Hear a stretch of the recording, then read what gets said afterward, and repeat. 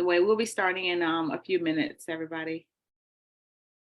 And we're waiting for a few more people to come. And those of you here early, we are recording it because some people couldn't make it, so they asked for the recording. So we are recording this, and everybody will get the recording within a few days.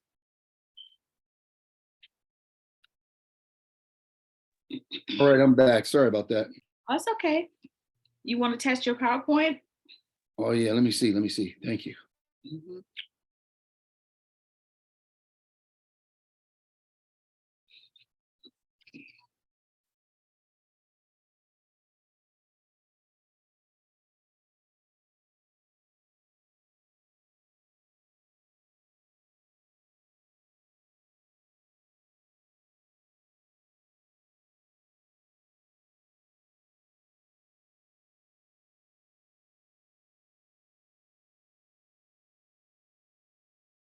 Perfect. Yes, up. And did you want to continue to go in the order that we discussed, or you want to go first?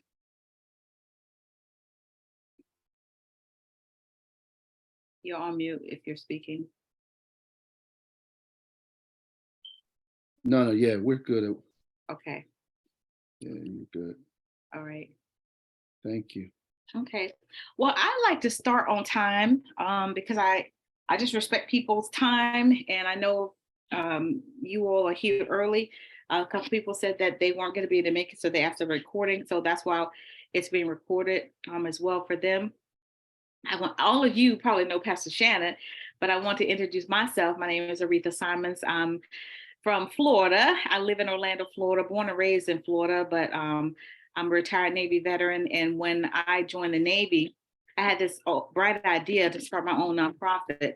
And it just grew into things that I would never thought it would grow in. So a lot of times when you start something, it's not for that thing. It could be for something else, because I ended up running a community kitchen for 7 years. But along the way, people were asking me, how did you start your nonprofit? Who did your 501c3? Who wrote your grants? And I was like, I did it. And so they said, well, will you show me how? Or would you do it for me? So that's what evolved into another business of me doing this. So more than 20 years of doing 501c3s and grant writing, and now I have grant writing school because I physically don't have the capacity to write grants for people. So I teach them how to through the grant writing school and consultations, but I still do the 501c3s. And I think what I do, anybody can do. And so that's why I always like to do these workshops to teach people that you can do it. So we're actually going to walk through doing these things step by step. Since it's a small group, anytime you have a question, feel free to interrupt me. I can always pick back up where I left off, and we'll get this going. But I want to turn it over to Pastor Shannon as well to see if he had anything or words of introduction that he wants to share. Well, I just wanted to say that I'm trying to fix my camera, so y'all work with me. But in the meantime and in between time, I hope that picture that I put up make me look halfway decent and be okay. All right. So if I look any funny, y'all forgive me and count it to my head. But want to greet everybody for being here. Gina, Sakina, thank you so much for being here. I want to say that collaboration is the most important thing in today's time. One person that in the past could do it. One company could do it. But now in today's time, it's the collaboration. And without two, people aren't going to make it. You even see in businesses, you see that McDonald's still holds its own, right? But yet McDonald's is at the airport. So they partnership and collaborated with the airport. Then you see a Kentucky Fried Chicken, right, with another restaurant, or you see some other restaurant. They're collabing, two restaurants in one, in collaboration. The future, people, is about collaboration.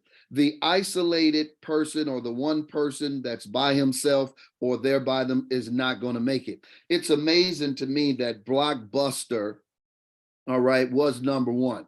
I remember going to Blockbuster, getting my CD, DVDs, all of that. And guess what? Redbox was just out there with their little box. Nobody paying attention to Redbox. Netflix came out, sending you stuff in the mail. Nobody paid no attention. But today, Blockbuster is not here. But guess what? Netflix is, Redbox still is, because of collaboration. Netflix now is the collaboration with the movies. Most of these actors and actresses have got jobs because of Netflix. It's the partnerships. And if you're going to do a business, 501c3 grants, you need partnerships. Somebody is going to have to focus on finding the money. Somebody's going to have to focus getting the paperwork and making it right and in detail. But here's the good news.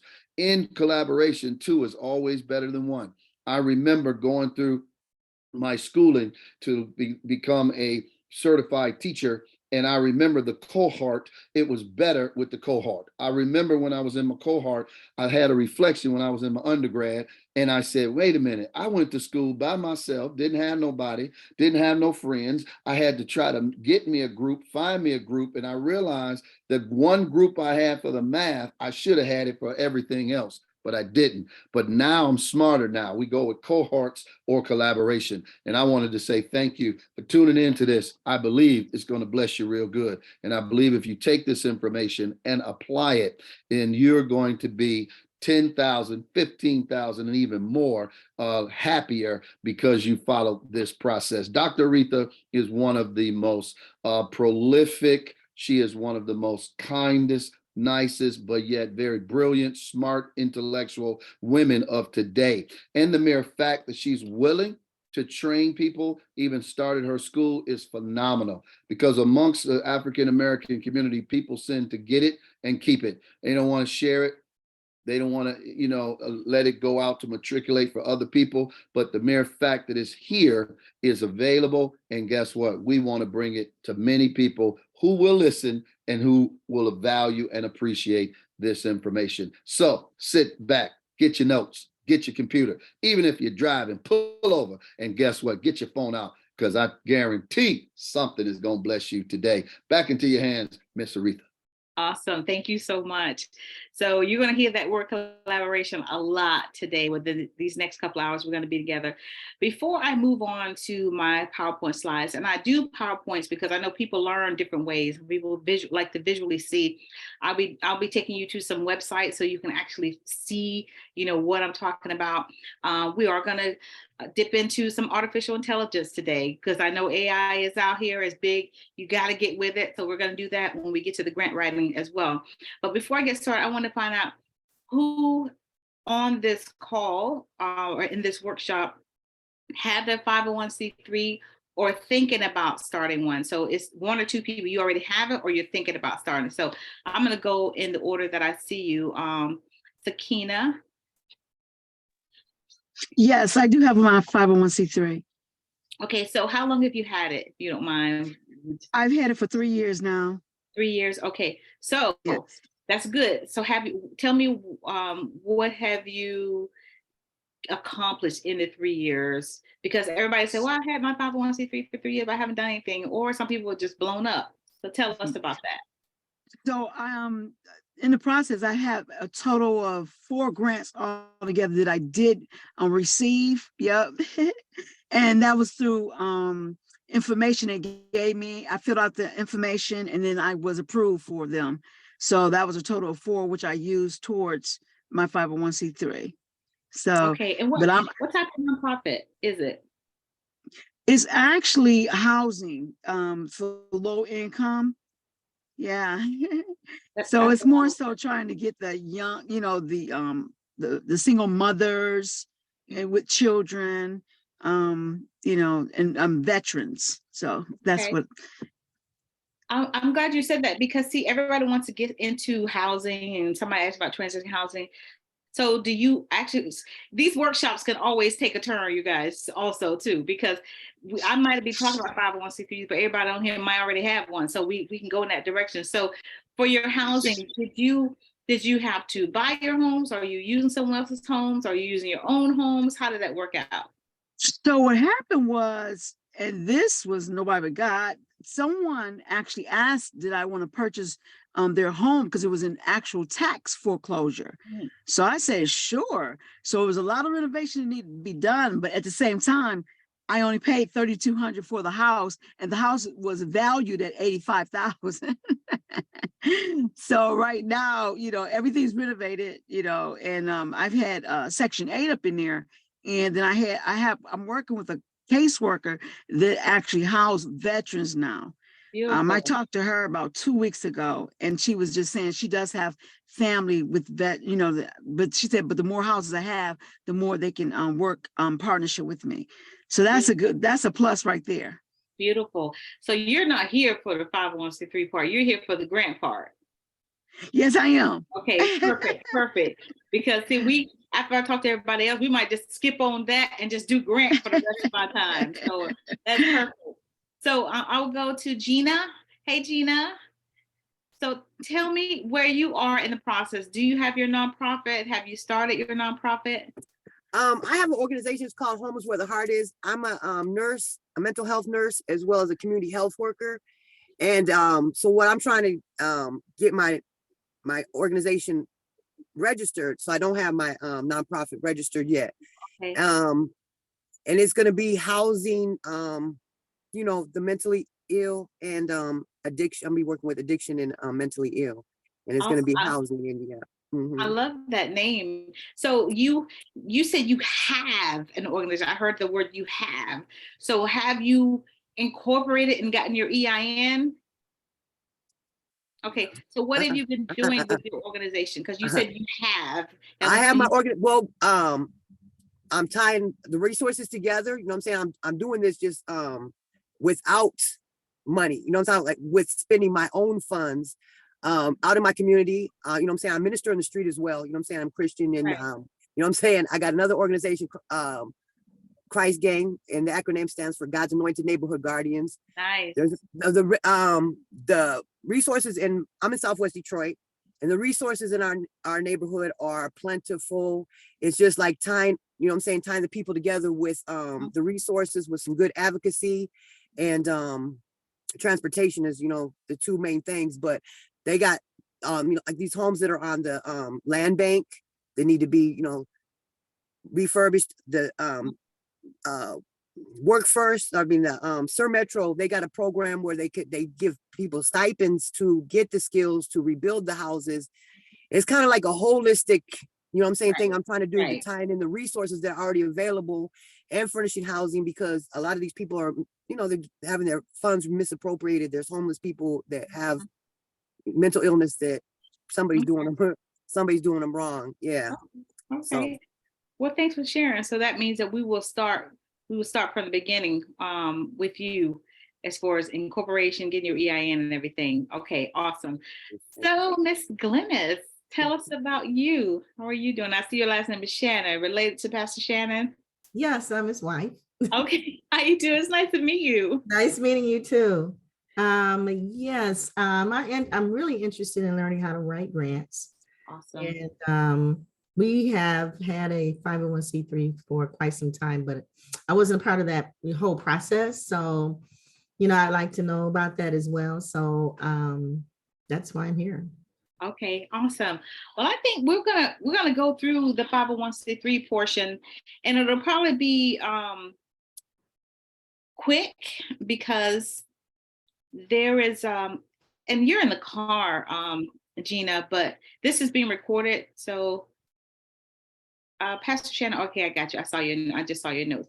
This is being recorded, but you'll get to be able to take some notes after you see this again. So let me share my screen real quick. I am at a different location, so I have one screen. I normally have two that I'm working from. So we're gonna make it do what it do, and you guys can see my screen. I don't have my notes or anything. I'm just gonna go off this PowerPoint. You're able to see it, right? Thumbs up? Yes. Okay, perfect. Thank you so much for letting me know.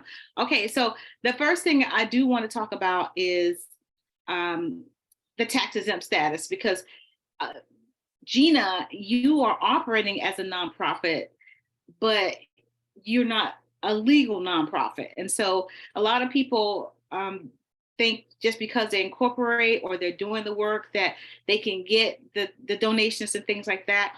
But in order to get someone to write up in their taxes, they want you to have that 501c3. So I want to just discuss, the difference between the nonprofit versus the 501c3 status.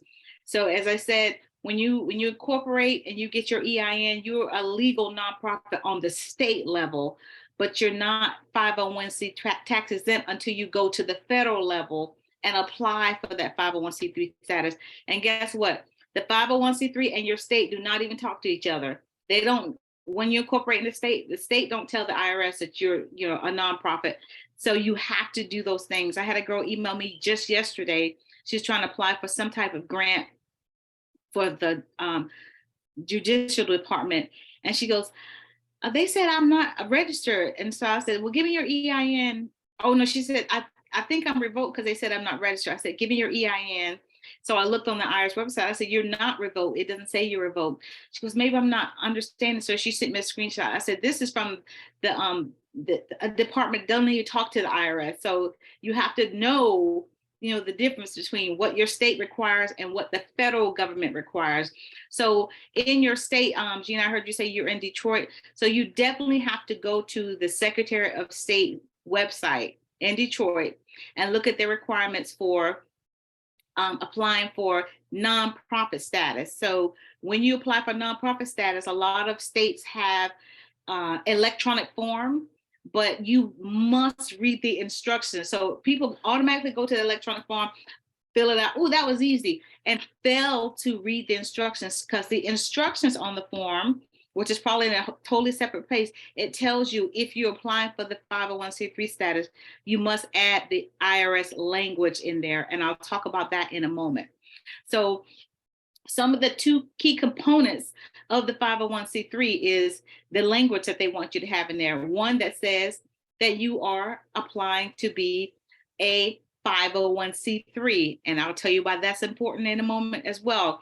The other component that it has to have in there, that if you dissolve your nonprofit, if you shut it down, then everything that was donated to your nonprofit has to go to another nonprofit.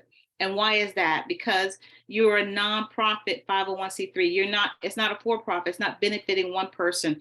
It's not benefiting, the business itself. So everything that flows through the nonprofit belongs to the nonprofit.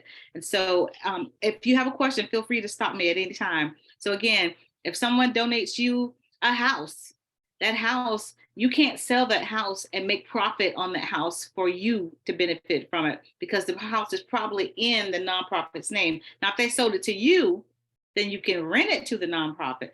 But if anything that's in the nonprofit name, it belongs to the nonprofit. So I want to talk about the types of 501cs. The reason why you have to have that language that says that you were incorporated as a 501c3, quote unquote, is because there are 27 types of 501cs, 501c1, 2, 501c3, 501c4, all the way to 27. And they all mean different things. You might see the C6s and the C4s a lot with the sororities and Chamber of Commerce and the Rotary clubs and all those. So all of the C's, 501c1 all the way to 27, they are all exempt from taxes. They don't pay taxes on their income, but they cannot get a grant. No, I can't say that. They can get some grants. Most people want the 501c3 status because that's the most favorable one, whereby if you get a check written, they can write off on their taxes. If you donate to a 501c6, you can't write it off on your taxes. So that is why. Any questions so far?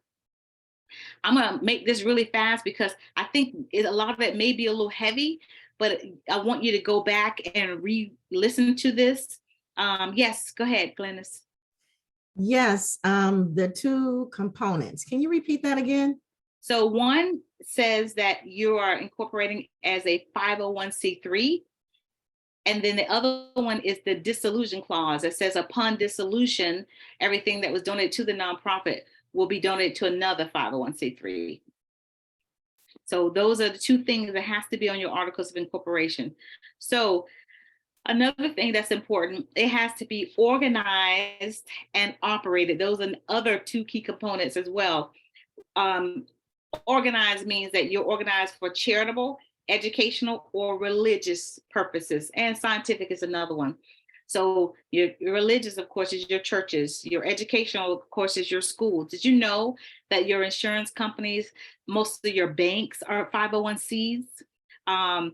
Some crematories and funeral homes are 501(c)s. A lot of people don't even know all these different 501(c)s that don't get taxed all over America. That's why a third of what flows through the United States income, it flows through a nonprofit organization. A lot of people don't even know that. So it has to be operated as a nonprofit. Of course, again, anything that's donated to the nonprofit has to flow, anything that flows through the nonprofit, it belongs to the nonprofit. If it was for profit, you can go in the stock market and trade shares once you reach that $1 million mark, but a nonprofit can't. Any questions about that real quick? I feel like, is it too heavy? I'm going. No, this is not too heavy. I think it's pretty good. Okay. Number two, I think that, I remember years ago, we had the 501(c)(3 and we called it God's something. And a lot of when we would put for grants and whatnot, it's almost like they wouldn't even look at it or something. I don't know why. But now that we have the CDC, the Victory Development, oh my God, everybody looks at it. So right. Can you explain why that is? Yeah, that's such a great question, because most nonprofits, or foundations and corporations, they don't give to religious organizations. And whether you are, even though you named it God something, let's say it was God Community Development Center, just because it had the word God on there, they're thinking you're automatically getting tithes and offerings. That's why they don't give to churches. Churches can't get grants unless they're doing something else. I can't say the word can't. It's very hard for a church to get a grant, because they're saying you have a steady stream of income with tithes and offerings, but these other nonprofits do not. And some of them just don't give to religious organizations because of, maybe their beliefs, or if they give to the Christians, then the Muslims say, well, then you got to give to us. And maybe the founder don't like the Muslims. So it's so many things. So that's why they just stay away from religion at all, most of the time. Got it. So I kind of went through this types of 501(c)(3s and mentioned there's 27 types. Here's one thing that people don't realize, and I know Sakina, your name is gone, so I can't see it. It says iPhone now, but jeopardizing your 501(c)(3, and I'll go with that word enumerate in a moment because I have a definition. 501(c)(3, just because you're exempt from paying taxes, you still have to pay employment taxes. So if you have employees, you have to pay employment taxes, period. If you have independent contractors, you give them 1099s. That form 990 is your nonprofit tax form. The church does not have to do that tax form unless they have unrelated business income. So every nonprofit has to do that 990. If you do not do it 3 years in a row, then you will lose your 501(c)(3 status. It's very important. And remember, you're not paying taxes on that 990. You're just reporting what came in.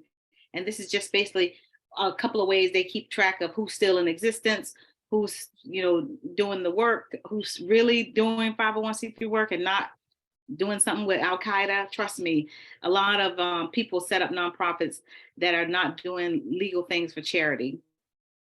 Okay, so I'm going to break down this word enumerate, because a lot of people say, well, what does that mean? You're going to see it a lot in the IRS applications. Enumerate, basically, the legal definition is it's the result or to take effect, to be used, benefit, or an advantage to an individual. So if I start a nonprofit, let me give you an example, and I have a building and I say, well, we're going to use my building for our nonprofit so that I can make an income from this building. That's called enumerate, because it's benefiting me, right? As the individual, the nonprofit's gonna pay me the tax, the rent. I'm benefiting from it. Plus, I'm a board member, so they look at that as a conflict of interest. Any questions on that? Okay, I'm going through this really, really fast because I'm gonna get to the actual application. So again, I mentioned that you have to pay employment taxes if you're paying salaries. Independent contractors, UBIT is unrelated business income. For example, if you have a big concert, the church or religious organization has a big conference, and you charge tickets for it, that the money from the tickets has nothing to, I don't want to say nothing, because we say it does, is to help the kingdom, but in the eyes of the IRS, when you set up a nonprofit, you say you were doing religious services, but then if you have a conference and all this other stuff, they call that unrelated business income. You might want to get with a tax professional, because I am not a tax professional, but just know that this is how, when you hear about news about Creflo Dollar or these large ministries were audited, it's probably because of unrelated business income. It has nothing to do with their tithes and offerings. It's related to the unrelated business income. Any questions on that, or thoughts, comments? Okay, all right, so that's what the 990 looks like. It looks intense, but if you are a small nonprofit and you bring in less than $50,000 a year, there's something called an e-postcard. So you won't even do this look like a regular tax form that we do. But if you make a lot of money with your nonprofit, which I hope you do, and everything that you guys say you want to do, then you will be in this category eventually. Then you will do this form. It looks like this. It looks like a regular tax form. But again, you're only reporting the income, and see, it says a brief description of organization mission. It's just an information form. It's not, you're not paying taxes, okay? So I want to stop right now and see if there's any question before I kind of go to the actual IRS application. What's that card you talk about on that 990? You said either that form or the card. What's the card that they, or the e-postcard that they can fill out versus the long form? So the e-postcard, and I'll actually go to the website if it'll allow me to log in. Give me one sec. I'm gonna go to that website in a moment. Okay. Sakina, yes, you have your hand raised. Yes, if I wanted to change my name, my nonprofit name, how would I go through the process of doing that? Oh, I'm so glad you asked that. That's such a great question. So remember I said the state and the IRS, they don't talk to each other. So you will do articles of amendment on the state level to change your name. And then you would mail the approval of the amendment to the IRS with a letter stating that, you know, this is my name. This was my name. Here's the EIN. This is not my new name. And here's proof that it's been approved through the IRS. And once they receive it, they will then change it in their system, but they will not send you a new 501c3 approval letter. You'll have the old one, and you'll have to keep that letter that they send you saying that they acknowledge that your name has been changed. You have to keep that with everything when you send it out. Okay, any other questions about that? Nope, I got it. I took notes. Thank you so much. Perfect. Okay. No, I just wanted to say that I think that's one of the most awakening that I found, been dealing with the 501c3s, and then of course dealing with you, is that a lot of religious people, churches and people, I mean, you know, we do it in the name of God. I mean, we feed people now. We were feeding people in the name of God, but that, you know, we're excited. Oh God, but we think everybody's going to be excited about God. Yeah. Everybody going to be just, oh yeah. But it wasn't like that. And so when I got educated and then started dealing with the government, states, local, federal, and I start dealing with them from their perspective and dealing with it with their conversation, everything changes. And then you get the money. Now you can go do what you need to do for God, for the community. And that seems to be the hardest thing to teach religious people about. Hey, we got to be able to communicate with people who are not like us, who are not religious, who are not talking about our God, but they do have another God. That's the hardest part. Yeah, that's right. That's good. Okay, so I want to and by the way, these slides, if you notice, this is from my master's training, 501c3 consultant training. I actually go through this. I don't do that training anymore, so I just kept these on there. But I just wanted to show you the first thing, and there's a typo here, corporation. First thing, Gina, you would do is do the articles of incorporation. You must do that. You have to incorporate on the state level. Then after that, then you would get your EIN. Your EIN is free. You would go to the IRS website and then apply for that EIN. And again, guys, everything I'm showing you, you can do this for anybody else. You can make money doing it for other people, but this is how you do it. A lot of people will go, a girl called me yesterday. She's already got my EIN and she hadn't even incorporated. So what if you incorporate and then you go to the state and somebody else already has that name on the state level? Because only one person can have that name on your state. So only if you ever churches, somebody say, we want our church to be, God is good church, and they go on the state level and somebody else has that name, then you have to have God is Good International. You have to have something else on that name to make it distinguishable from that organization. So you want to go in this step, incorporate, then get your EIN. Then you want to have your bylaws. Now, for your small nonprofits, the bylaws are not required to send in with the 501c3. It used to be. I remember I used to have to, when I started doing this, you had to handwrite these 1023 applications, which is the application for 501c3, or type it. And you had to send in the bylaws with it, but some of you don't have to send the bylaws with it if you're doing the short form. Churches do. So on your bylaws, they must have conflict of interest statements. If you go to the application, sample conflict of interest statements are on there. So if you go to irs.gov, here, irs.gov, and you put in Form 1023, which is what we're going to talk about next, you will see the conflict of interest statements. So after you do your bylaws, either whether it's church or charitable, then people always say, okay, I've done that part. You want to complete your 501c3, but also, this is so important, check on your local and state level and find out what else is required from them, because some states have you file an additional sales tax exemption application. Some states require you to file to even solicit donations. So you have to find out what's required on your state level. So now I want to do a little activity. And what we're going to do, I'm going to actually take you to where you can find these forms. So there's two different forms for application for 501c3. There's the form 1023, which is the long form. It's 30 pages or more, depending on how you answer the questions. It'll open up another page. Wow. Yes.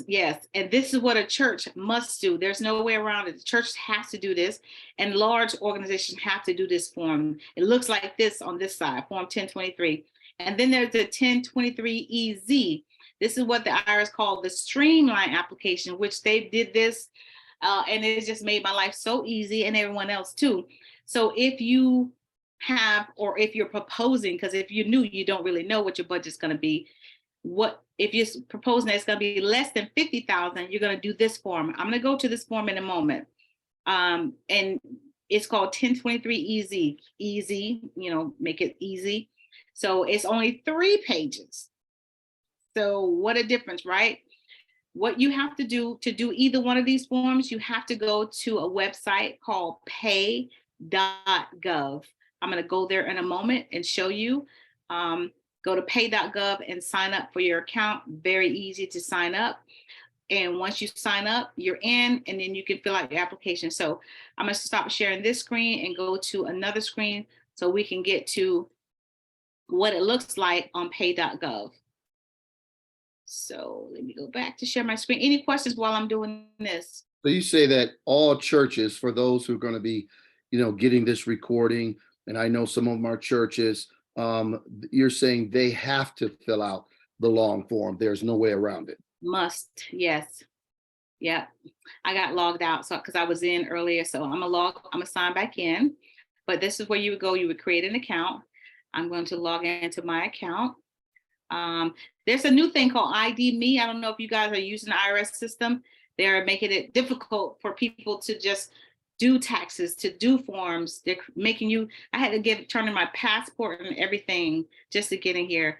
Because I guess, yes, they really want to Why is that? Is it fraud? a lot of fraud. All this AI is going to change things. This AI, people going to use it for bad. And so they want to make sure it's you. Yeah. So what you would do is go to this search box, and then you would type in either 1023, which is the long form. I could look at it. If you guys want to peek at it, let me know, yes. Or we can go straight to the easy. Yeah, I want to peek at it. I want to see Okay. what they're going through, how they go through it. For those that say we cheated them. I ain't cheating nothing. Absolutely. So this is the long form, and it says organization file this form to apply for recognition of exemption. So let me make this bigger because you probably can't see better with it like this. For exemption, organizations file this form to apply for recognition of exemption from federal income tax under Section 501c3. Notice it didn't say under Section 501c4 or 501c6. That's why 501c3 is important. Notice you may experience issues with saving a form, assessing it later. If this occurs, you'll need to complete this form again. And that is a hot mess. That's happened to me. So what you do is when you're doing this form, you definitely want to save each page. So right now, this is not the save page, but this is some stuff I have to tell you on here. So about this form, you apply for this form, That's the part it says see instructions, because there are instructions. And what I normally do, if I'm, there's some questions on there that I have to explain to a client. So I'm going to click on here just so, because I know we're going to have to go to this again. The instructions are here. Remember I talked about that IRS language? Here it says required provision in your organizing documents. Organizing documents mean articles of incorporation. So I'm gonna just click on that page. Excuse me. I'm gonna click on that page, and it'll tell you what has to happen. Okay. So organizing documents, again, remember that's your articles. That's what they call articles of incorporation. So I'm gonna find that IRS language. I know that it's here. So I'm gonna just scroll down and show you. Okay. So here's the two clauses, this one and this one. Y'all see it? Do I need to make it bigger? I can see it. Okay. The organization is organized exclusively for charitable, religious, educational, scientific purpose under Section 501c3 of the Internal Revenue Code, or any corresponding section of any future tax code. It has to say C3. If it's C4, 27, you can't use that form. So this is why this has to be in there. And remember I said that dissolution clause, upon the dissolution, if you ever dissolve the corporation of this organization's assets shall be distributed for one or more exempt purposes within the meaning of Section 501c3 of the Internal Revenue Code, or corresponding section of any future federal tax code, or be distributed to the federal government or to a state or local public government. Again, it's a lot of want, but what it's saying is if you shut it down, you have to donate to another, and it has to be a 501c3, okay? Or you can donate to your state, or if you don't have anything, then your state's gonna take it more than likely. Okay, so let me go back to the form, and since I clicked it, I don't know if it's gonna let me, since I clicked that form, excuse me, you guys are up here. Let's see, pay.gov. Okay, are we back on the pay.gov page? Can y'all see that? Yes, we sure Okay. are. Just want to make sure y'all can see what I see. Okay, so here is one key thing. Reading is so fundamental because people don't realize what it takes to do this. So it says you may be eligible for the Form 1023-EZ, which is a streamlined version of the application for recognition. You must complete the eligibility worksheet in the instructions of the 1023. We'll go there in a moment. If you're not eligible, you must file the 1023 to obtain recognition, which is the long form. You have to create a single PDF file that will upload at the end of the application. This PDF must contain a copy of your organizing documents, which they call articles of incorporation. Some people call them constitutions. Different states call them different things. Trust documents, your bylaws, if adopted, a signed and completed Form 2848 or 8121, if applicable, which that's a power of attorney form. You don't need that if you're not working with an attorney. Supplemental responses, if applicable, which a lot of it is. If you're a church, when you go to the church session, it asks for your order of service. It asks for, and when I mean your order of service, they want to see something right and saying like what time your church start. They want to see if you're advertising it. They also want to see a copy of your lease for your building or your mortgage payment. There's multiple things that you have to add, but when you're creating it, it has to be on one PDF. So you have to know how to put all of that information on a single Word document and save it as a PDF. I know I'm saying a lot. This is for the recording. This is for you to know in case you start doing this as a business or, you know, as a source of income. But it's important to pay attention to these little details when you're doing this form, because if you don't, you're going to get a letter saying, hey, you forgot to send this. And getting those letters delay the process of you getting approved for the 501c3. Any questions? I had a question on once, like us, we have one, and when I noticed that a lot of the postal service people or we're big companies, whatever, have it, and they say paid for by whatever their code is from the postal service, and the postal service say you have to have a 501c3 to do it. Does that mean they give you a discount on it, or do they bill you monthly? Do you know about that? Yes, that's called a bulk mail rate. If you are a nonprofit and you have the 501c3, you can apply for a bulk mail rate permit. And what they do is you have to send a minimum of 200 pieces of mail to get that rate. And so they will have you put money on your bulk meter, and then it'll be stamped with that little stamp. You see the little box in the corner saying, like you said, paid for by. But yeah, that's Okay, 200 pieces a month. yeah. Well, no, not a month, at one time. So it Oh, could okay. be once a year, but it has to be a minimum of 200.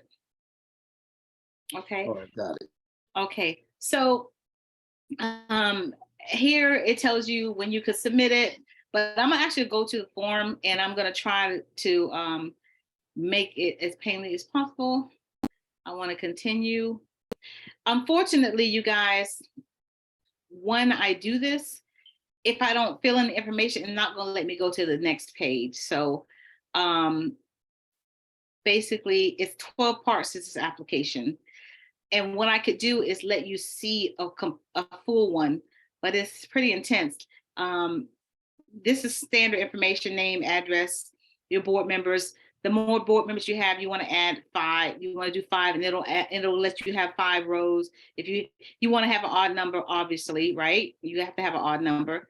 But I'm gonna move this back down to 1, see if I can make the page smaller.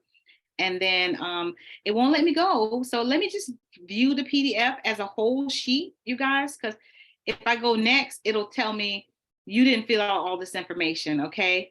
So it won't let you make a mistake. So what I'm gonna do is just look at the whole form, preview the PDF of a 1023, a long form. It's probably generating, but see, it's blank. It may not let me do it. It may not even generate a blank one. Yeah, it looks like it is. Yeah, okay. So it did. So it's $600 fee.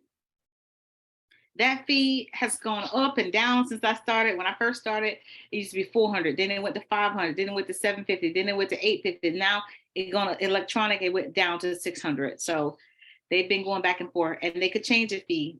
So here is, I'm going to go very quickly through this form because I think you guys can review this form, at your leisure once you set up your account. And actually, you don't have to set up an account to view this form. You can just view it on irs.gov. But to use it, you have to set up the paid.gov account. Everybody good? So you would add in your officers, any additional officers you have to type in here. I will scroll down, and remember when I said it says you're a corporation, so you would check that box, and it's going to ask you. Trying to scroll down. So you're saying the 600 is for, that's what it costs somebody to fill this paperwork out, send that in with this paperwork, correct? Right, to apply for the 501c3 status. Yeah. So again, it's pretty intense. It's pretty long. Here is that IRS language. It's asking you over and over again. It says required provision in your organizing documents. And you got to check yes or no. So we're going to check yes. It says 501c3 requires that you organize a document, limit your purpose to one or more exempt purposes. And it's here. So you have to follow the rules. And it's asking you specifically what page and what paragraph it is on your articles of incorporation. So they're serious about these clauses on your articles. Okay, so for the sake of time, what I'm going to do is go to the EZ, just to show you how really easy it is. I'm going to close that window, that one, and go back to pay.gov, go to the menu. No, cancel that. No. Why? Dismiss? No, that's not me. I'm trying to get to the actual page again without going all the way out. I didn't want to close it. Cancel. Tell you what, I'm gonna do it like this. See if it'll let me do this. This was the eligibility check sheet. Page not found. I'm clicking your link. It is not found. Visit home page. Okay.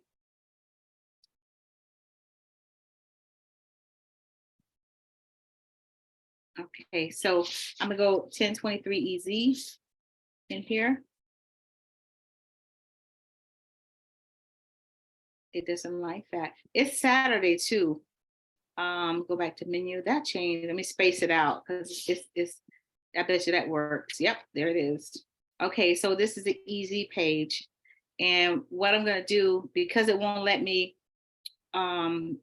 see the whole thing, I'm just gonna go preview form. So you'll see the form is very, very easy. And I think for you, Gina, since you're new, you can get away with doing this form.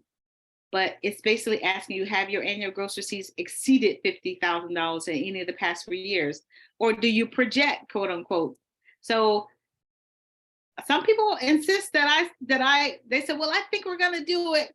They just believe in their heart that God's gonna provide. And I get that, but I'm like, there's nothing wrong with doing this form. Absolutely. But they're like, no, I just believe God, I just want to do it right. Okay, then pay me more, pay the IRS more, and let's do this. That's it. You don't argue with people. So, but you would say no. And do you have total assets do you have total assets, the fair market value of which exceeds $250,000? So this is no. Both of these are going to be no. Full name of the organization, the legal name, the way it's incorporated, because Pastor Shannon, you had said something earlier. I don't think you realized when you were saying how the churches like to change their name. I see churches say like, our name is going to be Church of Dyer. And that's the way they incorporate. But then they say, oh, we're gonna name it Church of Dyer International. Right. And then they say, we're gonna name it, now we're gonna change to ministries, but you didn't change it legally on the state level. So whatever your legal name is, the way you incorporate it, that is your legal name. No matter what, no matter what they call you on the street, this is your legal name, okay? So you want to put it exactly the way it is on your incorporation. In care of, you can put your name. Mailing address. Let's talk about this mailing address. If you don't have a business office, it's okay to use your home address because the IRS will not forward mail. They will say they couldn't find you and you now owe them $50,000 because they don't forward your mail. So you have to make sure your address is correct. So I always put my client's home address unless they have a business address and they don't plan on moving in the next couple of years.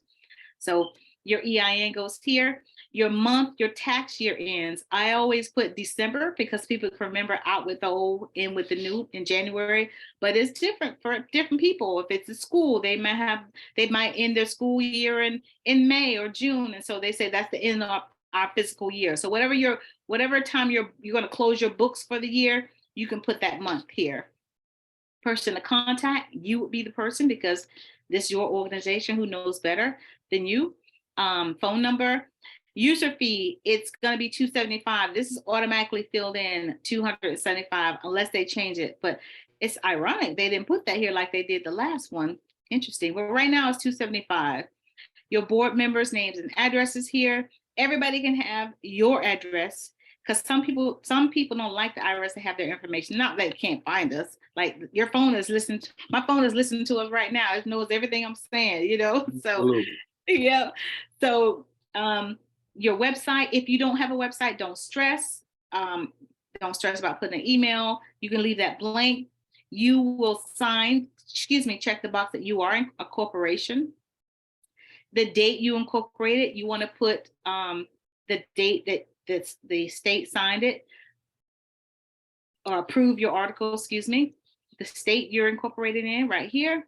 And then you hear the word attest, it's like saying I swear or I affirm. So check this box to attest that your organizing documents contain this limitation. Here it is. It's talking about influencing legislation. I'm not going to try to, it says Section 501c3 requires that your organizing document must not expressly empower you to engage. When it's talking about you, it's talking about your nonprofit. Otherwise than a insubstantial part of your activities, in activities that in themselves are not in furtherance of one or more exempt purposes. So here, these are the purposes. Check this box to attest your organizing document does not expressly empower you to engage otherwise than an insubstantial part of your activities. Did I just read that? I felt like I just did. So you would check these boxes, and this is the same thing. Basically, you must provide that upon dissolution, your remaining assets to be exclusively for Section 501c3. Again, it's you want to check all those boxes. And here, it only gives you 250 characters, so you don't have to worry about putting your whole mission plan and everything in there. What you're going to do, how you're going to do it. It only gives you 350 characters. That's spaces, periods, commas, everything. So you can just briefly tell them what you plan to do as a nonprofit. Here, there's asking you for an NTEE code. When you go to this form, you want to look at the instructions. It'll give you a list of codes. NTT is National Taxonomy Exempt Entity. So that's just a 3-digit code they use to describe you. From A to Z. But you'll go on this. When you go here and look at the instruction, on the instruction page, it'll have the different codes, and you would just put your number here.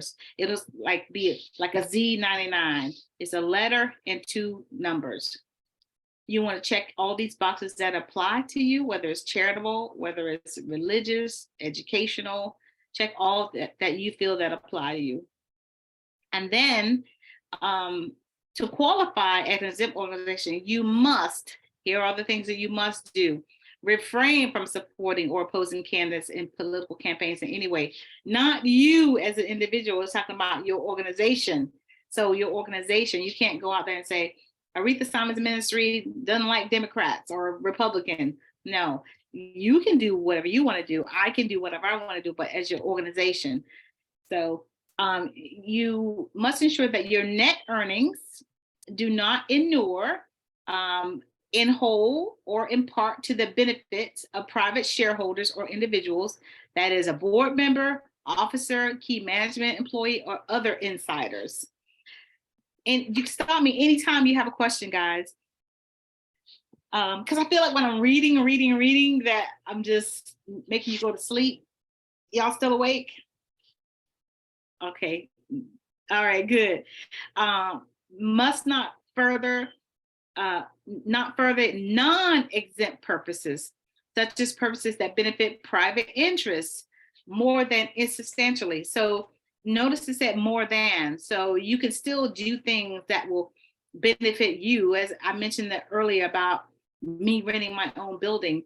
I can rent my own building, but I may not charge as much. And the board should maybe get 3 other quotes and make sure that mine is the best quote for the organization. So, and you have proof of that. You want to document that kind of information. We got three quotes from ABC company, from CDC company, and hers was the least expensive. All this in the board of minutes. All these things make a difference. I'm not going to continue reading these, guys. You guys can read these, and all of these should be no. If they're yes, I would tell you this from experience. If any one of these are checked yes, you'll get a letter from the IRS that say explain, and then your paperwork will be delayed, and you'll have to explain. If you don't know, just say no. Just say, oh no, we might do bingo right now. Just say no, just say no. Okay, so this part right here, the foundation classification, the IRS usually will decide whether you're either a private foundation or a public charity. And the public charity status, it really is the most favorable, because private foundations are the Bill Gates and the Oprah Winfrey. These are people who put money in their own nonprofit and they say where it want to go. But your public charities are you getting money from the public and you're using it to give to the public. It's open to the public. Make sense? Okay, so you would check, I always check the first one, but if you check the second one, you'll probably be classified as when it says membership fees, as a C4 or a C6. That's why you have to be careful which one you're doing. And people ask, what is all these? These are codes where the IRS classifies you. When people see this, they know that you're a public charity and you get all your sources from grants or public. When they see this, they're thinking you're probably a Rotary Club or a Chamber of Commerce. When they see this, they're thinking you're a college or university. So, all your college and university, they don't pay taxes on that income that they bring in. So they are, a 501, they're a 501 organization. So, and this part is not for anybody here. This is if you lost your 501c3. It's called revocation. And I remember in 2011, the IRS took away 250,000 organizations 501c3 for not doing their 990. And some people didn't even know they were voting until they tried to get a grant. And it's like, oh, you're not 501c3 anymore. So it was a big mess, but they kind of straightened it out. But if you meet anybody who's been revoked, you would do this form and then check one of these boxes that apply. And then type in the name, pay the electronic fee, and you're done. So I'm going to pause and see if anybody have any questions about applying for 501c3 status. I'm going to stop sharing my screen. No, I'd like to take a 5-minute break. If you want to take a break, you can, or Pastor Shannon, you can, say a few words. No one has any questions. I have yes, I have. Yeah, I see your hand up. I'm sorry. Yeah, that's okay. The long form, the cost is more. It's $600, you said? Mm-hmm. And then the easy form is $275? Yes. Okay, and that's 3 pages long. Mm-hmm. Okay, so like if you're not planning on getting more than $50,000 a year for your organization, then you suggest the easy form. Absolutely. Absolutely. Okay. Absolutely. And may I make another suggestion for everyone here? You're getting all this information. You see how easy it is to do this. I think you should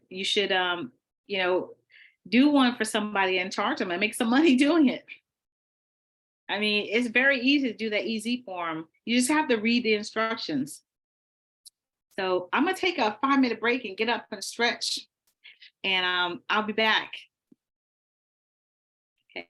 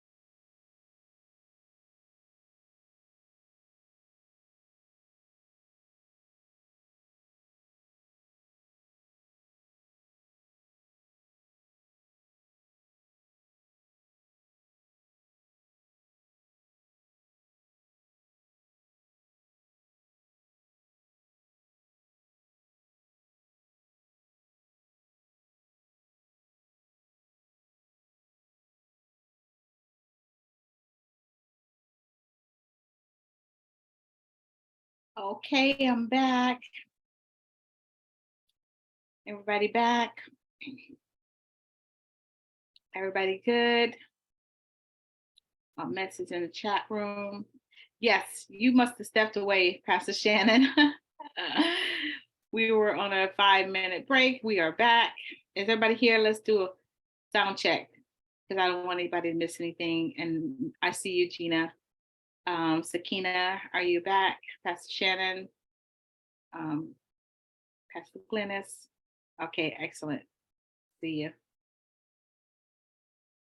Okay, so I'm going to go ahead and get started. We're going to talk about grants. I'm going to change it up a little bit. My main thing is to try to show you how to use this technology for grants. And I know a lot of you have already been doing work in the community. And then the people who aren't here today, I'm not sure where you are, but if you have any questions, feel free to email me, Aretha Simons at Gmail, and I will definitely answer your question. Pastor Shannon, are you back?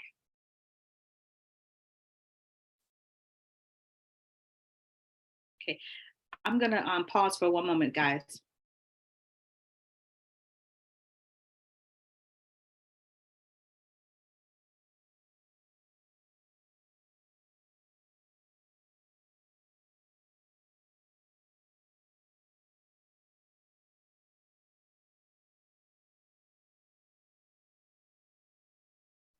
Okay, I'm getting ready to share my screen here.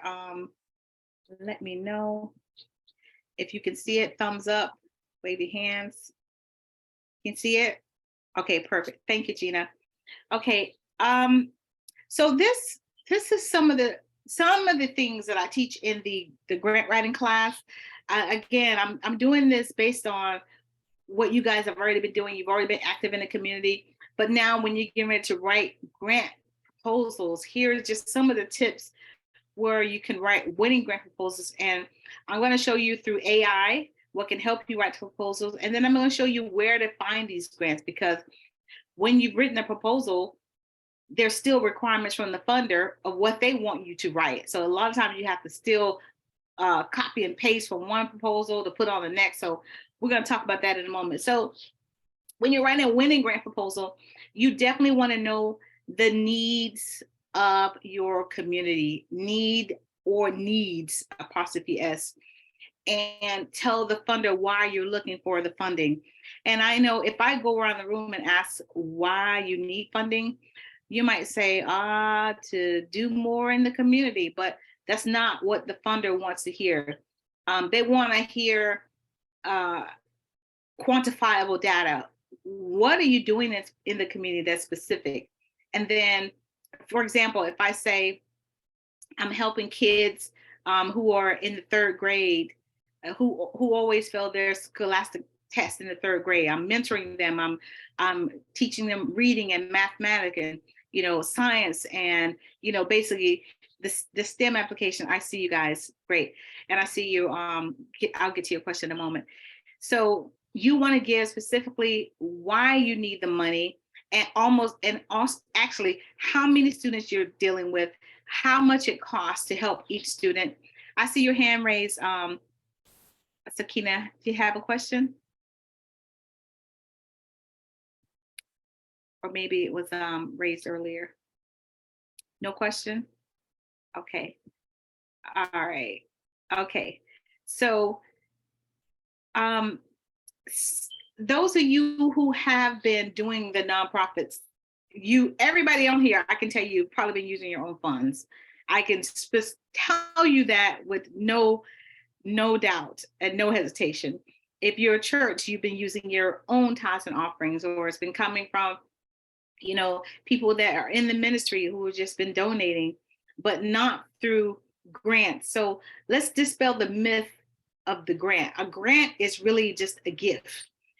In any contribution is a grant, whether it's monetary, whether it's food, whether it's clothes, whether it's furniture, it's a grant, it's a gift.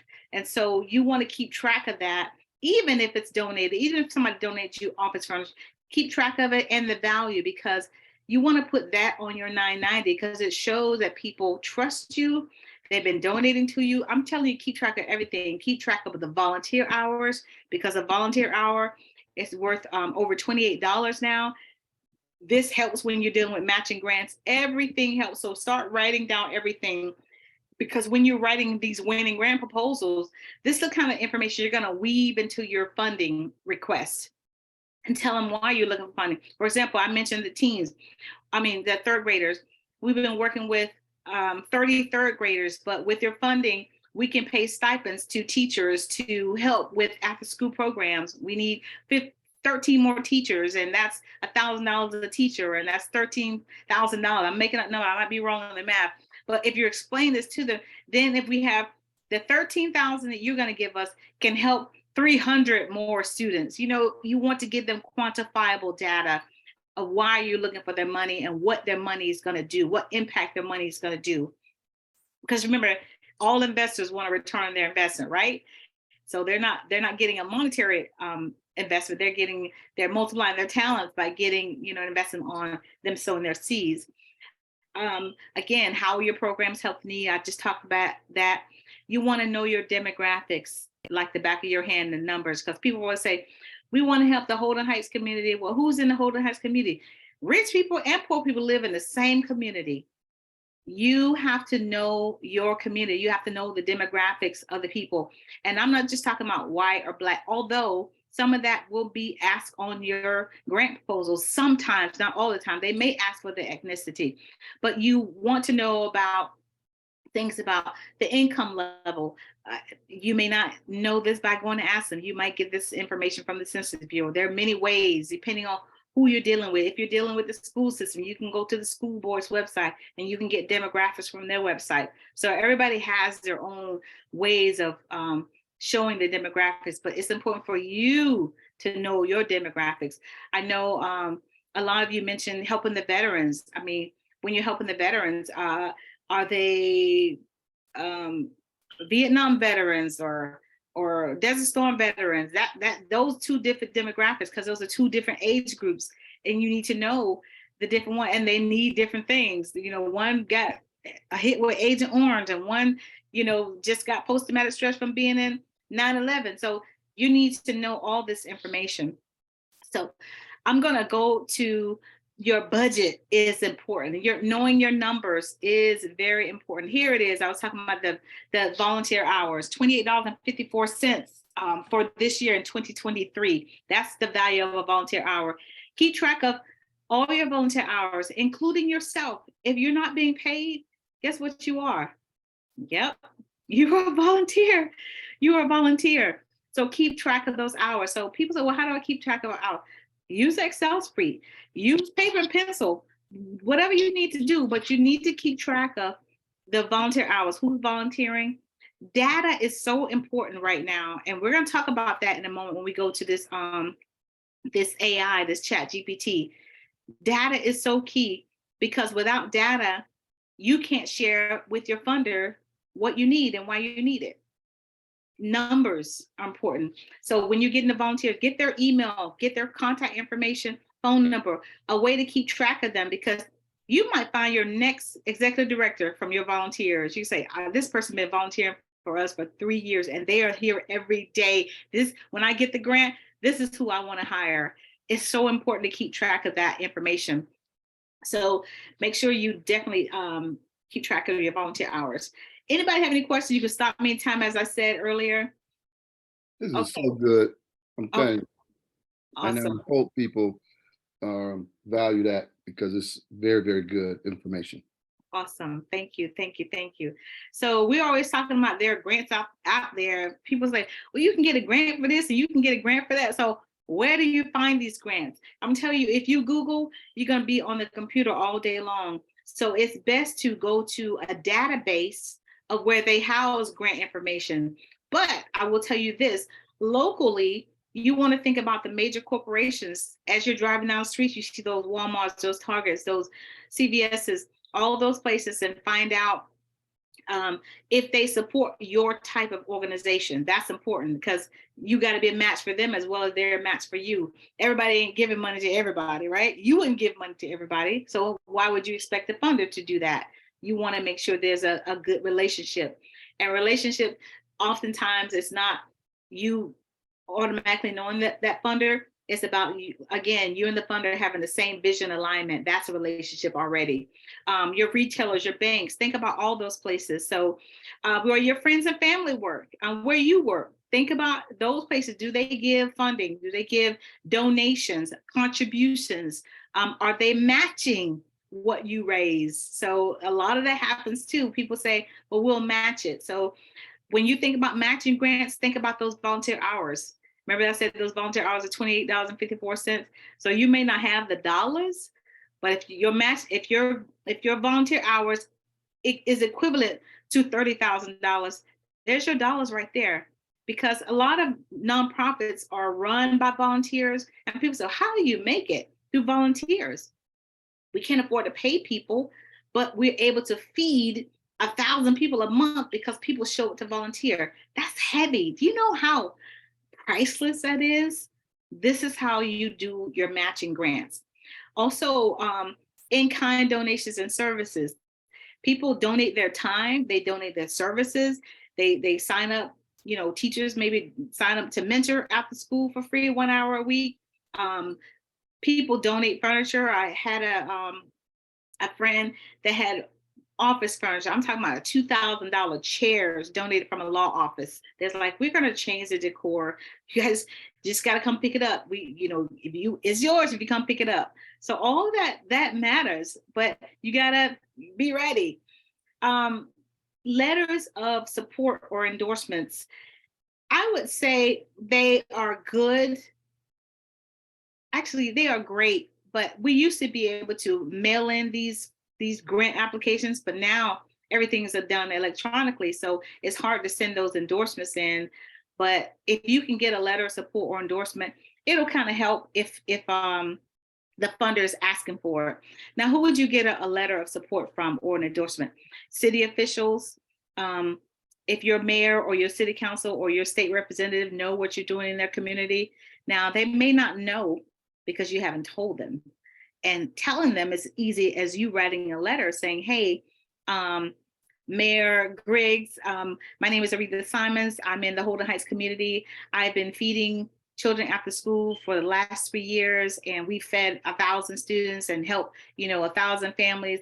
You're putting data into a letter that you're writing them, and we're applying for a grant, and we would love a letter of endorsement or support. They're going to turn around and write a letter on behalf of Mayor Griggs.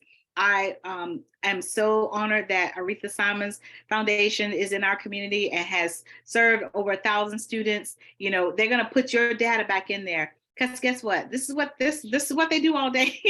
Write letters. Most of the time, they're there to support you. They don't have to see you in action, but you letting them know you exist is so important. And you never know what doors it's going to open. So I talked about where to find these grants. So I'm going to kind of change this up. I'm going to go to Grant Station in a moment where we can look at where to find these grants. But I want to show you now with artificial intelligence, AI, how easy it is. Can you see my screen where it says Chat GPT? I switched it.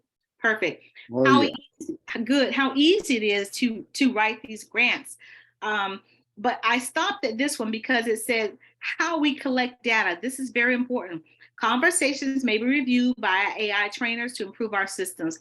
Please do not share any sensitive information in your conversations. So I wanted you guys to see that because I know people are using ChatGPT now and AI and all this stuff for a lot of things, but please don't put sensitive information, don't put HIPAA information, don't put legal information, don't put nobody's contributions, don't put nobody's addresses in there. It's very important. So you want to use it for, simple things here. So here's an example. I'm going to go, I just put matching grants right there. That was probably an old one that I did. What is a matching grant? And a matching grant is a type of grant in which a grant provider agrees to match or contribute a certain amount of funding for each dollar or a certain amount of funding that the grant recipient raises from other sources. So it kind of gives you this, but see, that's basic. But let's talk about how to write a grant. And you have to give this artificial intelligence, this person, because it is a person, if you will, an artificial person, a kind of a playbook. So you have to tell it, you have to tell it, you are a grant writer for a tell me about you, give me an idea. What are you guys doing? What kind of nonprofit you guys have? Anybody? Hello? Did I lose you guys? I can come up with something. Writing a grant for single moms. Okay, you're a grant writer for, okay, you're a grant writer for single moms. Mhm. Okay. Okay, you're a grant writer for single moms. Write a grant write a grant asking for 50,000. I need to spell it out. 50. I can spell 50,000. And I could have wrote $50,000 to help single moms. Now I made it, let's see what it says, because I made it okay, there it is. It's writing it for me.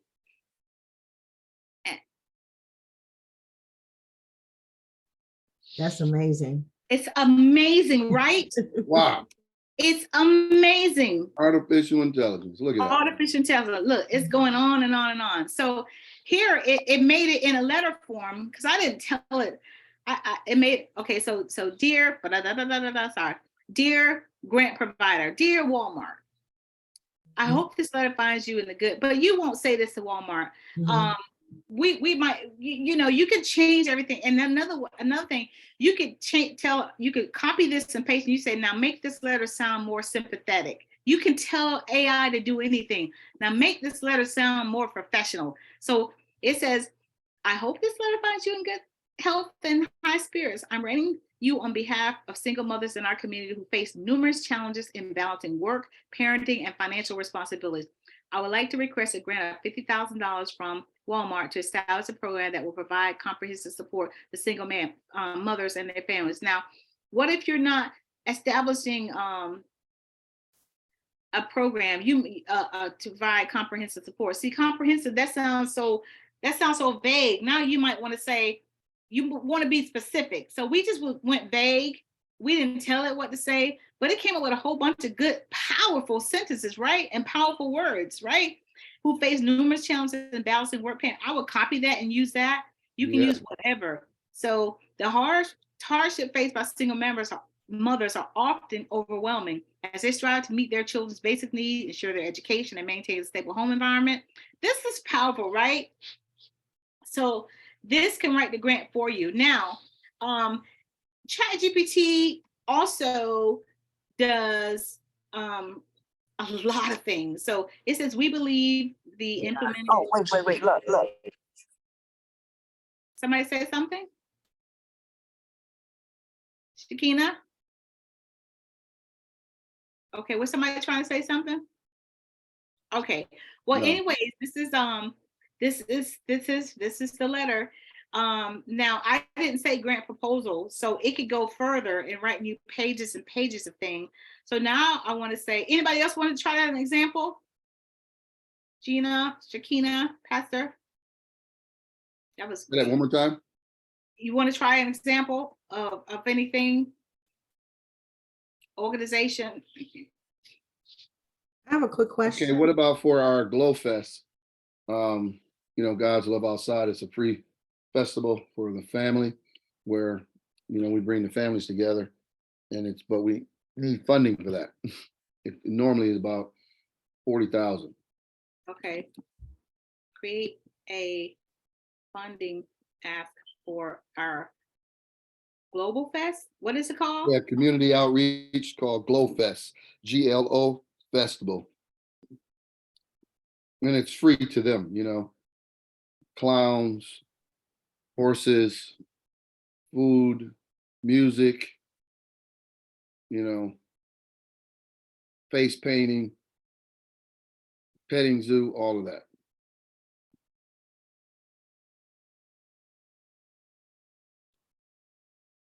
I want to see what it says. Uh,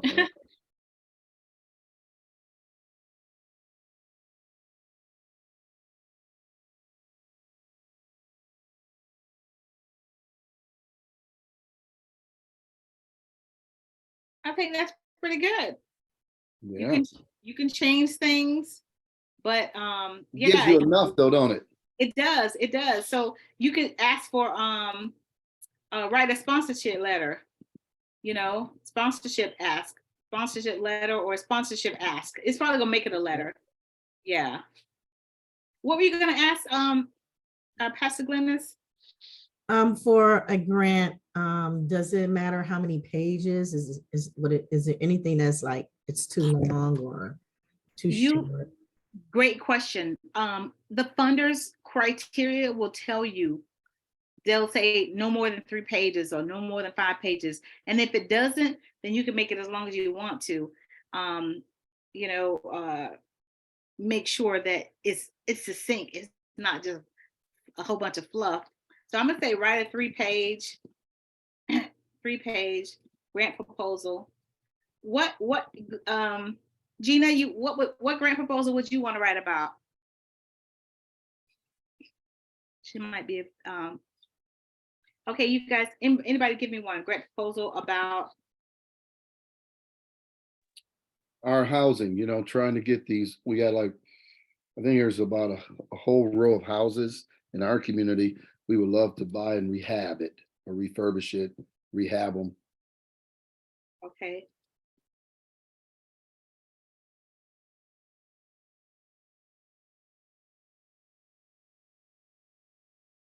Does this sound about right? Like that? Yes, yep, and that's exactly right. Okay, so let's see. Did it go? Okay, whoa, there it goes. It's going. It was thinking, it was processing. See, there it is. Got your objectives, your problem statement. I say write a grant proposal. Yeah. And these, let me ask you this. Mhm. This that AI chat is doing, it gives us the basics, nuts and bolts, and then of course we change it, whatever, and then we can just cut and paste into the grant, filling it out for the grant in Grant Station. Is that right? that's right. Well, Oh man, this is great. Yes. And I'm gonna show you. Look at this thing. It's just amazing. It's still going. But let me go back up. It talks about everything that a grant is asking for: your executive summary, your problem statement. So I mean, it's teaching me to teach class. I mean, This is awesome. it's amazing, right? Your objectives, your initiatives seek to achieve the following: purchase Saving us a lot of time. It's saved. Oh my God, right? A lot of time. Do you know how exhausting mentally it is writing a grant? It is Yeah, we very. tried it a couple of times. I've tried it. I'm like, oh my God. No wonder they hire somebody to focus on this 24/7. Yeah. Seriously. Yeah, but look at this. You got all your objectives. You want to purchase vacant or distressed properties in low-income neighborhood, refurbish the properties to meet the housing standard, ensure safety. Powerful words. Create affordable housing opportunities for low-income families, provide long-term housing stability to families in need, revitalize neighborhoods and reduce blight. Boom. Like, what more can you ask for? Incredible, right? Oh, that's incredible, That is especially incredible. for those Yeah. homes in Detroit. Yeah. For sure. The mayor just said that they wanted to give some of those homes away for $1 but they want to make sure they can rehab them. If they rehab them, they'll give it to them for $1 as long as they can rehab them, and they will, get somebody in there after they rehab them for at least 5 years. They'll give it to them for $1. So this is why I'm like, I need to get that. Yeah. So you go to chatopenai.com. That is the name of this one. it's free. But if you want to like go deeper and have it do diagrams and stuff, you pay $20 a month. I'm still on the free version because I don't need it, for anything. But let's go to Grant Station. Grant Station, I think I've already logged in. I mean, log out. Well, I'm not going to bother logging out. To access Grant Station, you have to pay a fee. Are you a member, Pastor Shannon? You know it. Okay, perfect. So normally it's $6.99 for the year, because ChatGPT may write the grant for you, or artificial intelligence may write the grant for you, but you still got to find the grants. And so finding the grants it takes time too. But people like Grant Station have already put all these databases together in here. Or I was going to say, instead of paying the $699, I was telling you can go to my website, Grant Writing School, and click on Grant Station. So instead of paying $699, it's $95 a year. And you're going to click here. Yep. And you'll go right to Grant Station and add it to your cart and then pay for it. And then you're in for a year. So let me go back to Grant Station. Okay, I'm in. So find grant makers, that's what you would do. And we want to go to charitable, or we can go to federal, or we can go to US government. So that's your state government or federal. Basically, they're pulling stuff from grants.gov. I would go to US charitable because we're looking for charitable organizations in the US. I'm gonna move y'all up here so I can see better.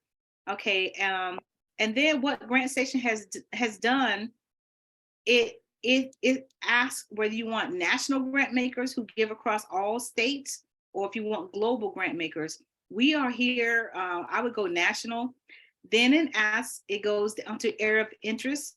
So it kind of helps you figure out, instead of you typing in one thing.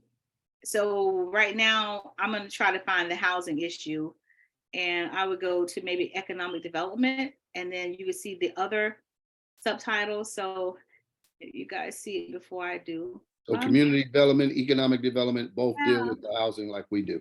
Yeah, let's see if that one. So what it's going to do is generate every grant that has the word in there. So right now there's 2,430 results. And then here's another thing with Grant Station. All of this takes time. What you would do is go here and see, first of all, is this for your state? So if it says USA, that's your state. But if you're not in Nebraska, let's not click on that.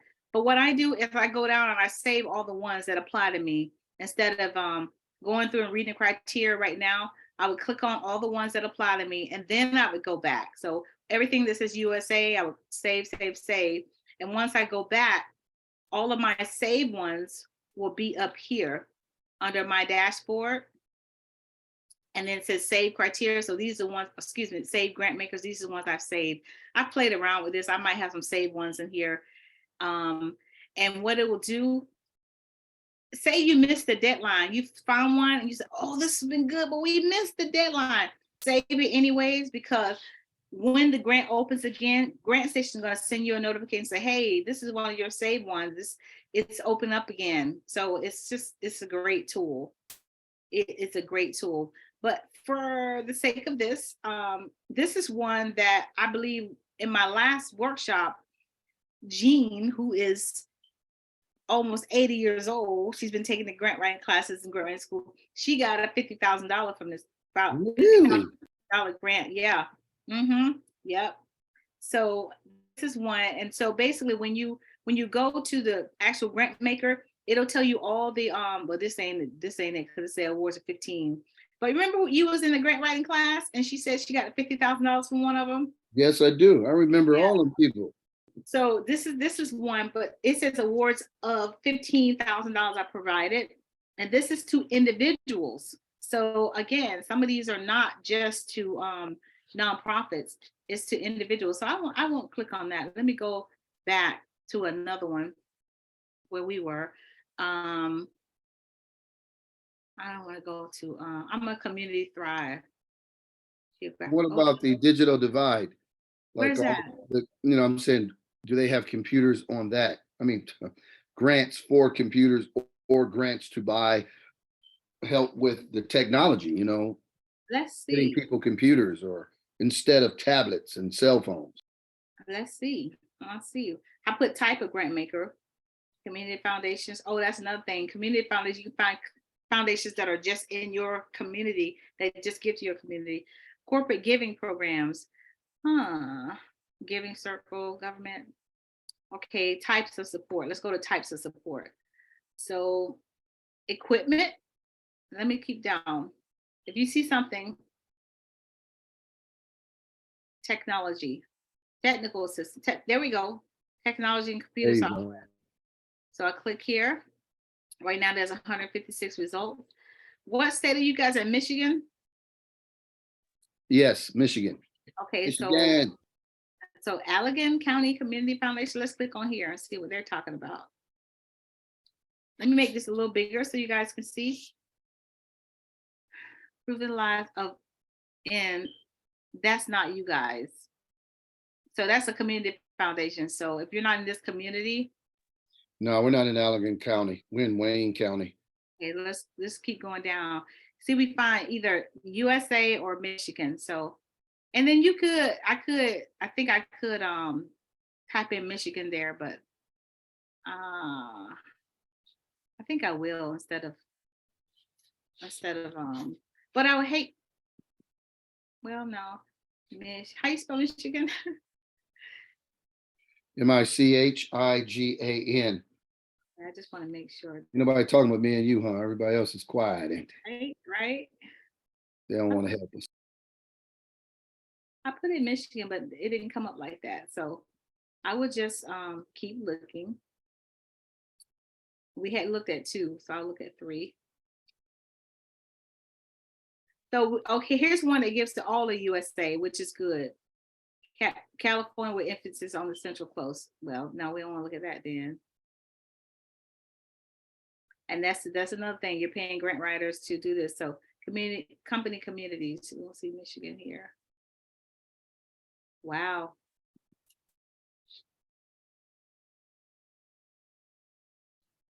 And then when you say the grant, well, you put all these grants out here, you couldn't find us a grant. Sorry. Okay, here's Michigan, the Cook family. Oh, that's the county. Siawasa, yeah. Yeah. There is a way to global. This is global. But do you see anywhere? Before I click on that global one.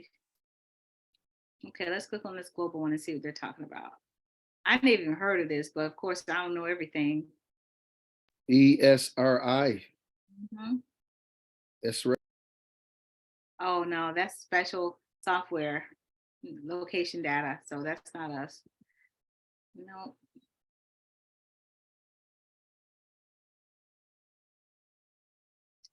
There is an easier way to do this, but I'm just doing this. Oh, this is a new one, USA and Canada software grant program. So in other words, update all your software. Let's see. Get a computer CRM system. I see that. I like that. So they're giving a 1-year subscription to their program. But hey, it's free.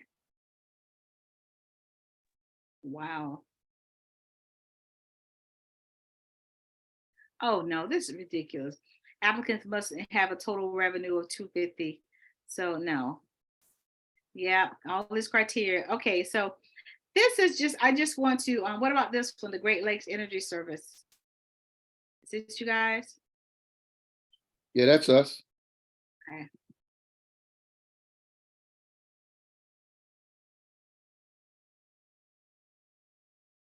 You see anything on that? Is this everybody? Well, Yeah, community development is on there, yeah. youth services. So this is for you guys. Total giving range from $600 to $10,000. Oh yeah, that's good. Eligible nonprofit organization restriction. Deadlines, interest letter for interest April 1st and October 1st annually. Applicants 15th. Okay, so you missed the April 1st, so October 1st, but I'm gonna put this link in the thing. Well, not from Grant Station. Let me see if I can find the Yeah. information. I'm gonna go to the website of the organization, and I'll put it in the chat, and you guys can click on it. If you click on it and open it, you won't leave this chat. It will just open the screen. Oops, sorry, 1 second. Okay. But that is one resource that is available to you guys. I feel like I've been talking a lot. I'm gonna pause and see if there's any questions. You got all the tools available Now, to you. the Grant Station, is that connected to the Tech Soup we were part of, or what? No, no. Okay. Oh, good. Sorry. Good. See, that's why collaboration is important. Let me show you another good resources. And mainly I think this one is more so for go TechSoup.org. Mainly means for a lot of free webinars. But here is TechSoup. You guys see it? If you go to TechSoup.org, they have a product catalog over 240 corporate organizations donate product to them for them to provide at a discount.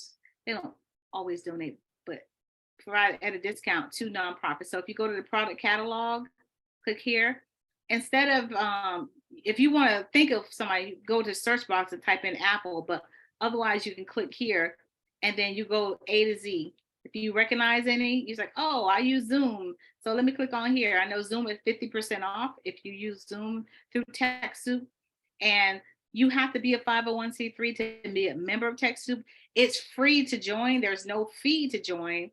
Once you join, provide them and they verify you a 501c3, then you'll be able to have access to buy all these products at a discount. So if I go to accounting, and they have QuickBooks, you pay half off QuickBooks. I know I pay $150 a year for my for-profit, but you pay for QuickBooks Online, which QuickBooks, the hardest version, they're getting away from that.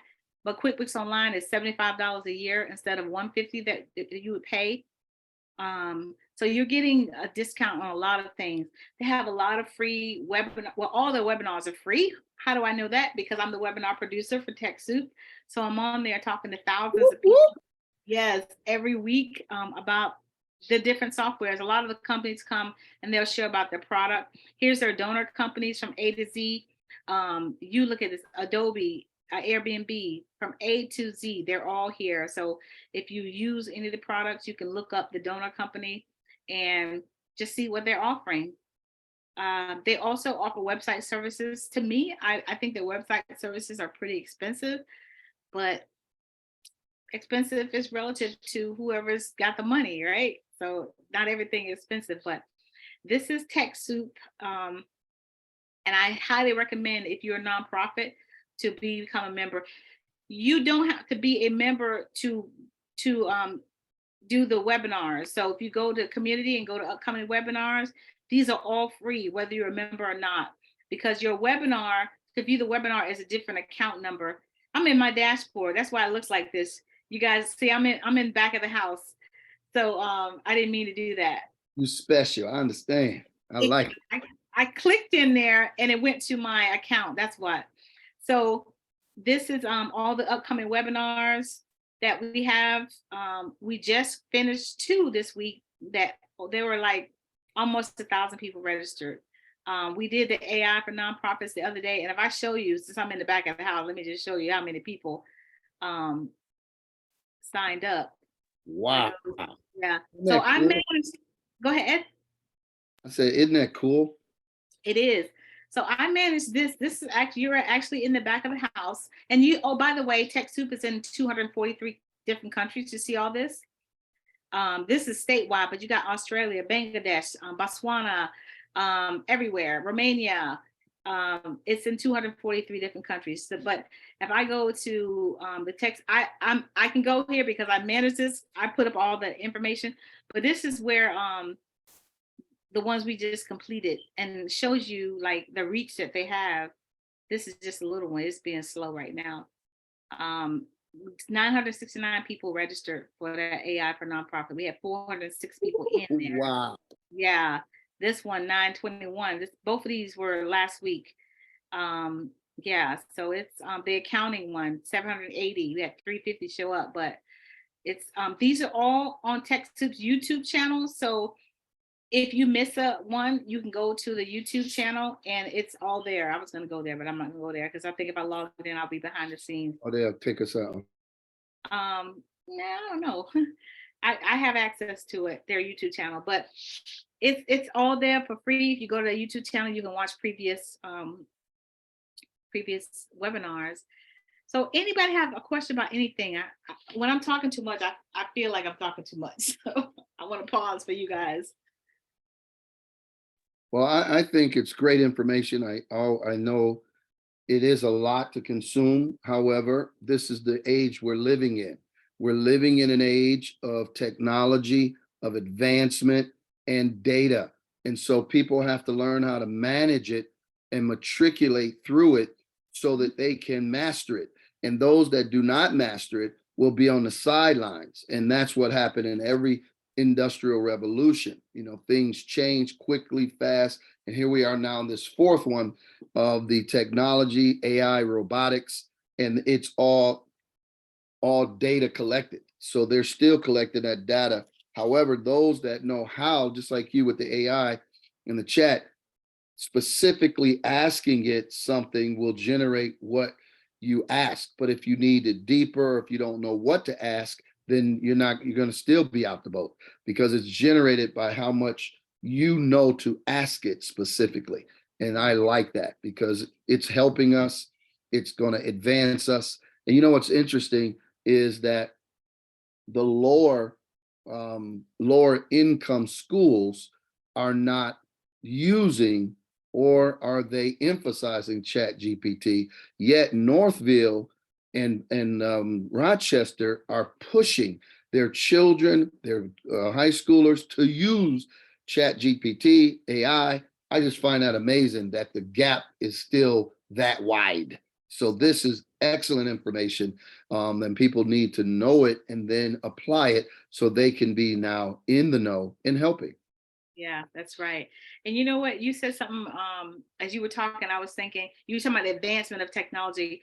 And I'm looking Yeah, at the screen. Two people are sitting in their cars in a class because the advancement of technology on their that's phone. true. It's incredible, right? It's incredible. We're way ahead of our time. And what a blessing it is to be alive during this time. So Pastor Shannon, I thank you for the Question. opportunity. Thank you for this idea of doing this. I think we should do it again. And Yes. I mean, it's just a blessing. Well, I'm gonna send you the video. I'm gonna send you the raw data, and you can cut clips and stuff of it and use it to however you want to use it. But I'm gonna turn the rest of the time over to you. I got a Yes, quick question. yes. Quick question. When you were showing us Grant Station, those were different companies or foundations, right? Who are now providing funds for whoever they decide to. So the foundations, are they like they're 501c3s as well, or are they? How does that work? Did they have to write a grant to become a foundation, or? That's a great question. And I'm glad you asked that because some of my clients want to name their nonprofits foundations. And when people see the word foundation, they'll automatically think, oh, these people who give money. Well, most of these that we just show are corporations that created a foundation because they're going to be taxed on their money and lose it. And so they said, instead of losing it, let's put it into good use. It's called social responsibility. And so they put it over into a separate fund and they give to nonprofit 501c3. So that's what they do. They do set it up as a 501c, but I don't know what category. You would have to look up what category, whether it's C6, C21, but they don't pay taxes on that money, but they set it up to give away money. 2 nonprofits. Okay, I see. All right, thank you. Welcome. Excellent question. Excellent. So Pastor Shannon, over to you. Thank you so All much. right. I want to talk about the teamwork aspect of teamwork, collaboration, and working together, because, you don't want to do this by yourself. You don't want to do it alone. You're going to need a team. And so that's what I'm talking about, dealing with teamwork and collaboration. It's so important that I think that as we begin to want to come out of just talking, but to be about action. I think that especially when it comes to doing so, I was watching this show I like to watch, and it was called the Millionaire Listing of I think it was LA. And the lady, her mother created Barbie. Okay, Barbie, the Barbie doll and whatnot. And she had this home, but her home, she moved into like a penthouse, very beautiful at the Four Seasons, at a penthouse. It was gorgeous. Now her daughter turned 16, and most people buy their kids a car, right? At 16, they got money. And she said, you already have a car. What I want to do is get you into wealth. She says, so I want to give you $400,000, and I want you to go buy homes. I want you to go buy these 2 homes. She goes, and I want you to use them for investments. She said, and then after you do that, you're gonna get somebody to buy. If we need to refurbish it, we will. She goes, but this is how we're going to get you to develop money early at 16. This is how they were thinking. And it was several people. And she said, but I want you to put together a team. So I'm going to recommend one of the realtors that we use and tell him to train you and develop you a team. So she developed her a team, and now she has 4. She has 4 because that's all she can manage, her and her team. But at 16, like, our people, we don't know anything about this teamwork, collaboration, and especially wealth, because most of them say, well, I didn't have nothing, so you ain't going to have nothing. I didn't have a car, you're going to have to walk and figure it out. And I think that's just, for me, the wrong mindset. So teamwork for focused acceleration. The message sets the stage for a time where unity and teamwork is a must to win in 17 and beyond. Great leaders have always had great teams, and one does not have to look very far into the scriptures to see the team concept.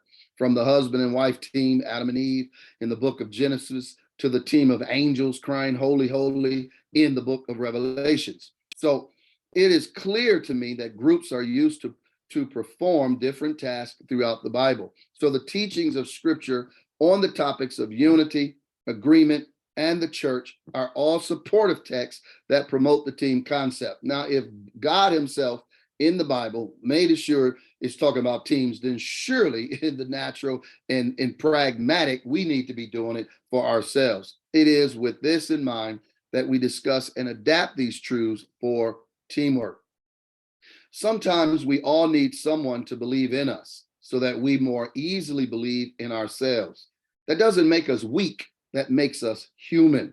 We're made to be in community. And that's the term you're going to be hearing now on, people just, oh, I'm going to church, or I'm going to work. Now it's, hey, my community, right? My community is work. My community is school or church or whatever the case may be. We need to uplift each other as fellow human beings in this shared experience. We're each steward of the power we have to lift each other up, and it's free to use. That's a quote from Jamie Kern Lima, who is a multimillionaire entrepreneur in cosmetics. She's kind of overweight, and for cosmetics, they want a person that's a size 2 or 0. She was like 16, and so a size 16. So everywhere she went, they booted her out. No, no, no, no, no. And she decided, guess what? They're not going to stop me. And she had a breakthrough. And guess what, people? She is a multimillionaire today. So 1 is too small of a number to achieve greatness. everyone had a team to help push them to greatness. And this is why we brought this today. And I thought would be great as a collaboration because, you know, when I'm looking at businesses and I'm looking across the country, I see that many people do that. Wealthy people do it all day long. Top business do it all day long. So why would we not be able to do this with teamwork and grants as well as 501c3s? Because any one of those categories you're going to need, believe that. You're going to need a team. If you get a grant writer, they need to be on the same team. If you get someone that's going to do your books, they need to be on your team. You know, if one is going to go out and solicit, they need to be on your team. And you can't do it all by yourself, even though you could, but guess what? It's going to take you a long time, right? And we're talking about expediting time. We're talking about moving expeditiously and succinctly. So here it is. A Chinese proverb states, behind an able man, there are always other able men. You know, people say it this way, you know, when they talk about husbands, great husbands, you know, behind every great man is a great woman. I say on the side of every great man is a great woman, because it can't be behind. They got to be on the side. They got to be walking with and helping you get through. Same way with your team. No, Lakers cannot win. The coach can be as great with his strategy. He can come with the plays, but if those players don't execute the play, if they don't use some of their own intelligence, they're still going to lose. Okay, so the team has to be able to make it happen. And the truth is that teamwork is at the heart of great achievement. The question isn't whether teams have value, right? Here's the deal. Michael Jordan had Scottie Pippen. People talk about Michael Jordan all day. Oh, he's the greatest basketball player. Oh my God. But we forget, for years, we talking at least 7 years, Michael Jordan had the highest scoring. He had the most assists, but that was it. He wasn't the greatest nothing, because he had no championships. He had no team with him. He was not a support. He was all by himself until he said, you know what? If I'm going to win championships, I can't do it by myself. I've got to humble myself and partner with somebody. That was Scottie Pippen, John Paxson. And then they began to add different pieces. But with the first 3 being tight, being cool, guess what? They began to get a team together that they could develop the same chemistry and the competence. And they won 3 peats. Then they came back and run another 3-peat. Unheard of. 6 championships within 7 years. And I believe they probably would have done 7 if Michael Jordan wouldn't have retired because of his gambling. But nonetheless, the teamwork did it. So John Paxson, who shot the winning shot in their 3rd NBA championship, which no one talks about. No one talks about John Paxson. If he wouldn't have shot that shot and made it, they would have not had a 3-peat. It wasn't Michael Jordan. It wasn't Scottie Pippen. It was John Paxson, who was part of the team and made the shot. And even though he didn't get the publicity, he didn't get it. Guess what? He got that ring and he got that money because that's what the team is all about. Everybody has to work their part, do their part, so that the company, so that the vision or whatever we're teaming up to do can be accomplished. Jeff Bezos, $300,000 investment from his parents to start Amazon. They put up their home, all right, to get the money out and give it to him. Now, I could have busted and they would have lost their home, but it didn't. It happened to work, all right, because of teamwork. So think about that. Bill Gates had Paul Allen to start Microsoft. And Paul Allen was his sort of like his administrator or person, and a person who invested in him at first. He was with Bill Gates for a long time. Here's the deal. When Bill Gates became a billionaire, Paul Allen was number 2 for years, if you looked at Forbes magazine. So it doesn't matter what role you play on the team, because you're going to get rewarded as well. Michael Jordan got 6 rings, but guess what? Scottie Pippen did too. John Paxson did too. All of them got paid. Believe that. All right. So it's not about, I got to be the head. I don't want to be second. Let me tell you something. Some people that's number 2, they may do just as well. All right. I guarantee you that Kamala Harris, the vice president, is not squawking or upset because she flying on the president flight too. She flying on Air Force One when she need to go. Believe that. Are you hearing me? So Bill Gates, of course, had built Paul Allen. Listen, Winston Churchill had Victor Bruce, Earl of Elgin, and Edward Marsh as his secretary. Marsh remained Churchill's secretary for 25 years.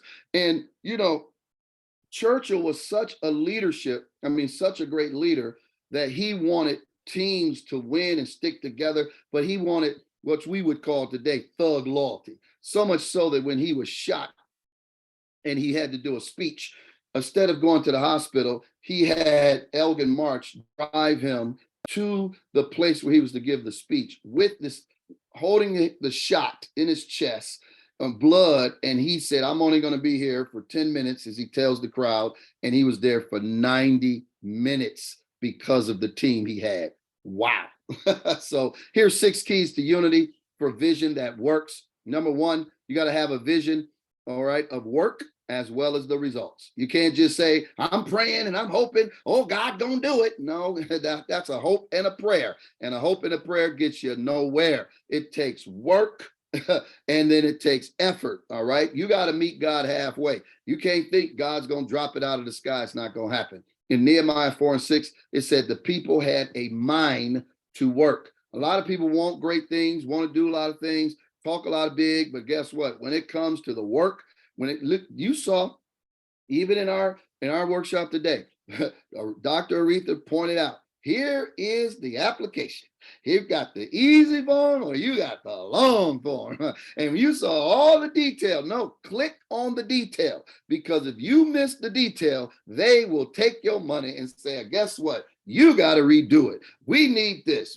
That's just delaying you more and more. So first of all, get your mind ready to work. Number 2, be willing to start small. All right. You may not be able to get $50,000, $250,000. Maybe you get the 10,000. Maybe you get 5,000. That's better than what you got right now. But the mere fact that you can show yourself faithful over the 5,000, faithful, excuse me, over the 10,000, you have just set yourself up for the big one. All right. And so number 3, understand that the Spirit of God is in the small.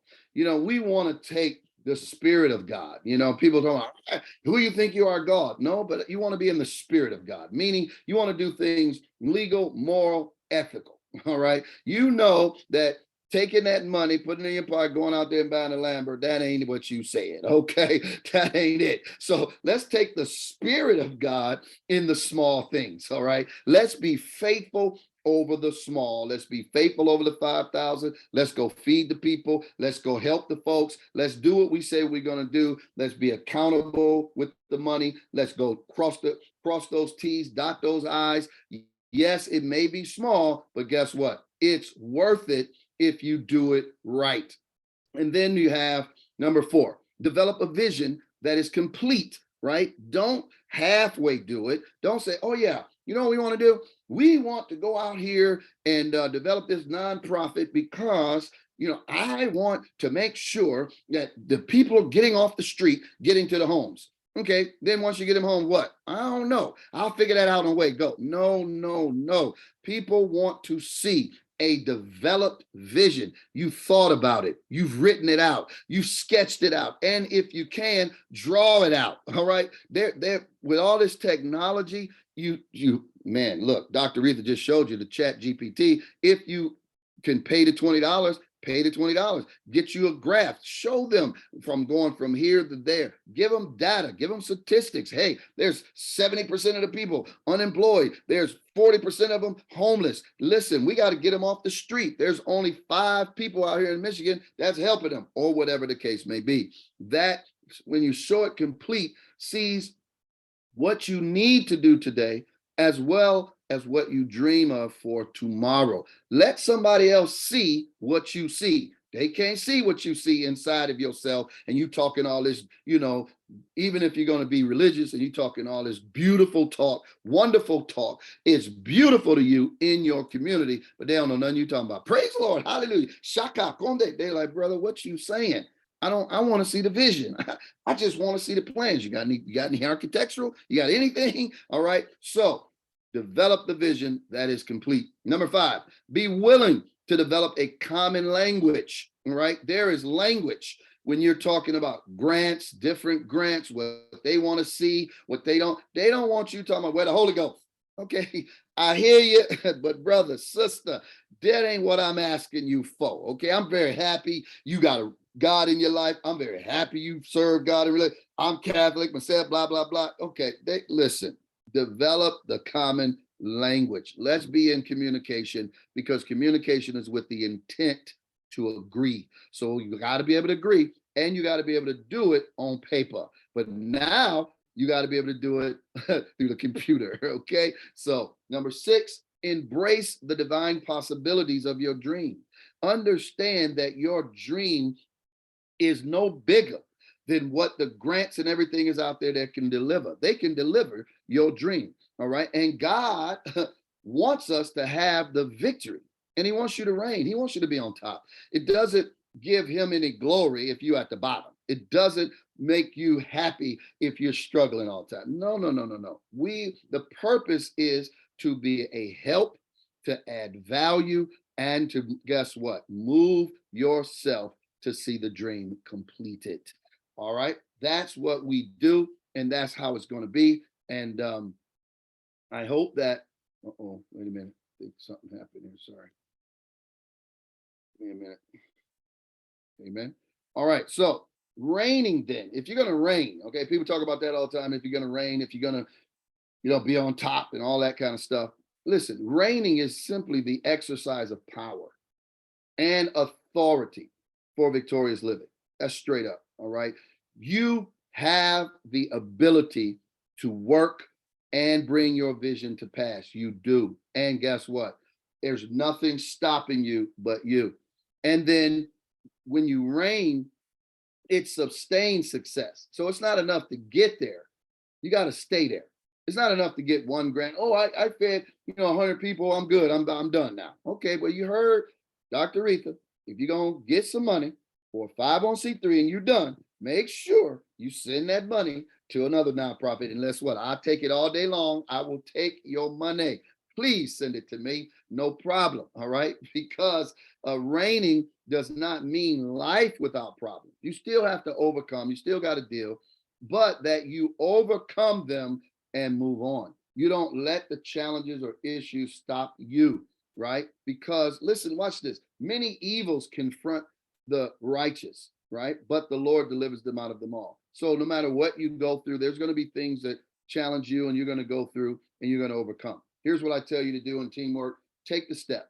You get more on your way than you do when you start. Many people got all these dreams. Dr. Miles Monroe, who's passed away, you know what he said? That the richest place on the earth is the graveyard, because many people had dreams, visions, books, ideas, movie scripts, and did nothing with them. So please take a step, take charge, use your faith, get the victory, and give God some glory. Amen. Don't take it all for yourself. I did. That was me. Okay, let's give him some glory. And then you need grace. You need grace because grace is the favor of God that taps into the power of God to equip, to empower, to enable the believer to function at a higher level. See, there is a grace to be at the top. Everybody has the capacity to be at the top, but everybody won't be at the top because they don't know how to utilize grace. Some people get up there hollering at people, chopping up people, doing all crazy stuff. Guess what? They getting cut immediately. We saw that with our late president, Donald Trump. All right. He got there, but no grace. All right. Not humble. Amen. And they got him out real quick, first term. And that to most presidents, if you don't have a 2-term presidency, you're a failure as a president. All right. So he's been trying so much. No, you need grace. You need grace, people. You got to be humble. It's people that get you there, and it's people that will keep you there. Or guess what? You got to take the Spirit of God with you. Okay. So grace, overcoming Satan is possible. Obedience to God is possible. Opportunities to serve are possible. And if you're going to help the community, if you're going to take money from the community, You have to serve the community. It's that simple. All right. We must serve and resist discouragement as we fulfill our divine assignment with commitment. And I believe that if you're going to do community work, it's like people say, I'm going to be a mayor, I'm going to go for governor. Okay, that's community work.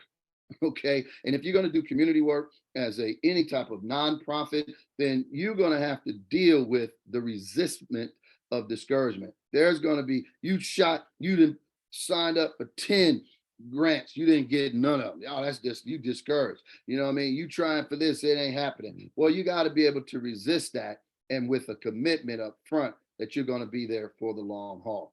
Discouragement is the temptation to abandon your hope because of unmet expectations, unwarranted persecution, unrelenting rejection, unthinkable setbacks, unexpected betrayal. All of this happens on your road to success. All right. Every assignment is unique. All right. And Satan uses discouragement to cause us to quit. And I'm here to tell you, if you don't, that's why you need a good team, because two is always better than one. And when one falls, you got somebody else to encourage them or lift them up. That's what the teamwork is all about. Somebody is telling, come on, don't quit. You know, Michael Jordan, in that one finals, he had a fever. They said that could have killed him. Yet his team said, we do need you, but if you need to go home, it's okay. He said, no, you need me, I'm going to play. And he played with a fever. Unbelievable. That's determined perseverance. All right. That, I think, it's the spiritual resolve that gives birth to the strength and the tenacity to continue operating in faith in the face of give up opportunities. Wow. That's where you need you a good team, because I don't know who you are. You know, I hear mothers say it all the time when I'm counseling them or I go help. They say, man, if I didn't have my kids, I probably would have quit, or I probably would have gave up. Man, if I didn't have my partner, you know, I probably would have said, forget this organization. But because of it, that's the power of teamwork. See, teamwork means standing strong. That's what it does. See, there's a quantum difference between still standing and then standing strong. One suggests survival, while the other suggests a position of victory or reigning. Standing strong carries a multifaceted meaning because teamwork brings power. Two is always better than one. The Creator's mandate to stand strong, 2 Timothy 3:16. Standing strong means to be uncompromising in your conviction. Well, if you don't have a conviction up front that this is something you really feel led to do, this is something you really want to do, not just out here having fun trying to show off. No, no, no. Listen, this takes work, and it takes a commitment, and it takes conviction. Standing strong means to be unwavering in your confidence. All right. You got to know faith. You got to know hard work. You got to be able to talk to yourself in the mirror, all of those things. And then you got to have some people around you that can do the same thing. Standing strong means to be unflinching in your courage, in the faith performance. You know, I know Vince Lombardi said, if it doesn't matter who wins or loses, then why do they keep the score? Oh, it matters. Believe that. Okay. Nehemiah prayed the prayer. He said, God, hear me, for we are despised, turnover. He was talking about all of these things that because he was discouraged, he was done. All right. He was this, I need some help. And God was his help. Simon Peter answered and said, thou art the Christ, the Son of the living God. Jesus answered and said unto him, blessed art thou, Bar-Jonah. Flesh and blood have revealed that unto you. So he was telling Peter, don't quit. Don't give up. You know, I know it's tough, man, but I'm believing in you. And when you got somebody believing in you, you can keep on going. Amen. You can keep fighting the good fight. I remember when I was trying to make the Olympic trials, and we needed another coach. So our coach recommended this guy named Eugene Ellerby. Eugene Ellerby came to all four of us and said, so y'all want to break the 4x1? We said, yes, sir. He said, okay, how bad do you want it? Are you committed to it? We said, yes, sir. He said, all right, meet me here on Monday morning at 5 a.m. We said, what? He said, you heard me, 5 a.m. I need you here, and be prepared to work for 5 hours. I said, 5 a.m. and we're going to work for 5 hours. He said, I ask you again, how committed are you? Because this is what it's going to take if you're going to make the Olympic trials. We did it, and guess what? I made the Olympic trials. All right, so Jesus even told us this, because he said, I'll give unto thee the keys of the kingdom of heaven, and whatsoever thou shalt bind on earth shall be bound in heaven. Here's what that really means. If whatever you commit to, then God will let it be committed. Whatever you don't commit to, it won't be committed to. So if I don't commit to my dream, if I'm not convinced with my dream, if I'm ready to quit on it, then guess what? Heaven commits, he gives up on it too. Whatever I bind, said, nope, that's not coming to me. I'm not going to let that. I'm going to overcome that. Then guess what? Heaven is right there with you as a partner. He leaves it up to you. This is why you need teamwork.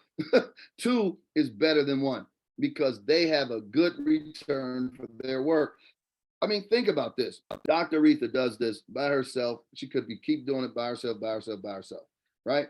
But she brings in different people, and different people brings in different things, add different things, and what a blessing. Then we bring this collaboration together, and it's just uplifting, and it encourages, and it helps you to keep on pushing through the monotony of the detail that is required to do paperwork. And I think that many government officials, when you start dealing with people get arrested, they put paperwork on them.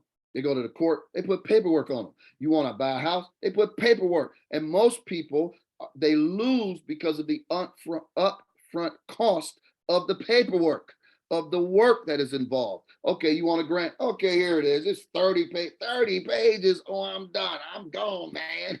Well, yeah, they want to chase you away because they only want the determined. They only want the committed. I remember hearing this, a man, he said that he needed some money, right, for his business. And so he went to the bank and he asked the bank to give him $40,000. So the bank was like, okay, great. Okay. Now he said, how much do you have on it? He said, what do you mean, how much do I have on it? He said, how much do you have on this 40,000 for your project? He said, nothing. The bank said, well, you want us to commit everything? You're not going to put nothing towards it? You don't even got $10? He said, no. He said, man, go get something to put for it first, then come back to us. All right. That's the empowerment. You follow me? That's what we need, because a cord of three, two is better than one, but a threefold cord is not easily broken. That means his servant will start rebuilding the wall, but you have no share, legal right, or historic claim in Jerusalem. So it takes two in order to keep on going. But if you got a team, 3, 4, 5, it's very, very, very impossible for them to destroy you when you got that many people saying the same thing. All right. Now here, I want to give you this. The 6 keys. Oh, I think we did that. How did we get there? Just remember these 6 keys that I gave you earlier. All right. I hope you wrote them down. But again, she's going to send this to you. All right. Because it's very, very important that you have your vision. Right. People want to know the vision. Even when we saw ChatGPT, it said write a grant. The grant described. He was very good. His artificial intelligence, they're very brilliant. He wrote it out, gave you the meat and potatoes. So all you got to do is add your personality, add what you need to do. And guess what? Everything will be great. So teamwork means acknowledging. Amen. I need you to see that. Acknowledging the options of others, often reluctantly, and working together to establish a joint course of action. All right. And so that's what I want to tell you. Do you have any questions or comments based off of our teamwork for you? I thought it was very excellent that teamwork, that it takes teamwork. You need to build a teamwork or a team or develop a team in order to really do this grant writing. It's just better, as you said, to have a cohort, in this. And so I thought it was really, really good. And that's all I have to say. Well, thank you. Appreciate that comment. Yeah, I love the examples that you gave. A lot of good ones. A lot of good ones. Michael Jordan having the fever. I didn't know that. I didn't know about that. That's pretty wild. And even from the beginning, the grandparents giving their granddaughter or their daughter all that money at her age, 16 years old. Yes. We need to start thinking about that for our own children. And I know I'm trying to leave a legacy for my kids and grandkids. So this is good. This is very, very good. Thank you. It was that boost that you needed after falling asleep talking about the IRS stuff. So thank you. That was perfect. Thank you. Thank you so much. I appreciate it. Any comments from you, Gina or Sakina? Or did I bore y'all?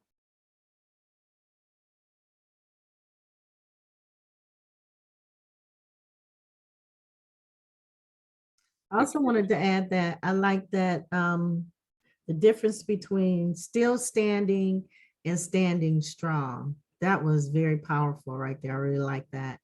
And still standing means you're surviving, you're holding on, but when you're standing strong, it's in a position of reigning. And I like that. Well, all right. Thank you. Thank you. Well, I don't know if you were talking, Sakina or Gina, but there is a chat. If you want to put something in the chat, that'd be great. Be awesome. Because sometimes people don't want to say something or they are afraid, but you can always put something in the chat. Amen. And hopefully you've got a lot today and that it was very, very encouraging, very, very uplifting. And now those of you that's going to be watching this later or the replay, listen, give us some feedback. And of course, tell those, Dr. Aretha, how, if they do want you to do their 501c3, how to get that done as well. Thank you. You can just go to my website, arethasimons.com, and you'll see the information, the price, everything that I need, your board members' information, and it's all there on arethasimons.com. But I'm hoping that you got the tools to do it yourself, because I believe in you and you can do this. But if you get to the point where you say, you know what, I don't want to do it, because I get there, I'm available at arethasimons.com, and you can reach me on all my platforms at Aretha Simons. Thank you. All right. Well, thank you. Listen, if you are interested in we have what is called Leaders Live Generously Academy. And in our academy is where we teach people and train people, right, how to overcome, how to be successful. And then, of course, directing them to all the different other platforms that they need, such as this, a 501c3, grants, and whatnot. Also, listen, I have, 3 books that we just put out. We have the book Leaders Live Generously. We have the book The Heart of a Black Man, and then we have the book that we put out, The Greatest Speakers. All right, and I was out of 15 speakers across the country, I was picked for one of them. So man, those are the books that we got out on Amazon, or of course you can go to our website, but which is Anthony D. Shannon Consulting Group.com. All right, and then of course we have Leaders Live Generously Academy.com. Go to either one of those and sign up today. We'd love to have you in our community. And of course, thank you so much for allowing me this space. Back in your hands, Dr. Aretha. Thank you all, everybody. And thank you, Pastor Shannon. I mean, this is great. And I noticed one thing about you, that you have, whenever you announce something, you have people from your community, from your church, from your organization come. And I think that's a testament of a great leader, people who want to, follow the leader and who listen to their leader, because you're not inviting people to just give them this. I'm not asking you to join a multi-level marketing plan or nothing like that. We're giving you good information that you can use, practical tips and tools that you can leave here and use today. So the investment that you made, it will be multiplied back to you, and you can multiply it back to somebody else and even make money off of what you learned here today. So again, thank you for the opportunity. It was great meeting everybody.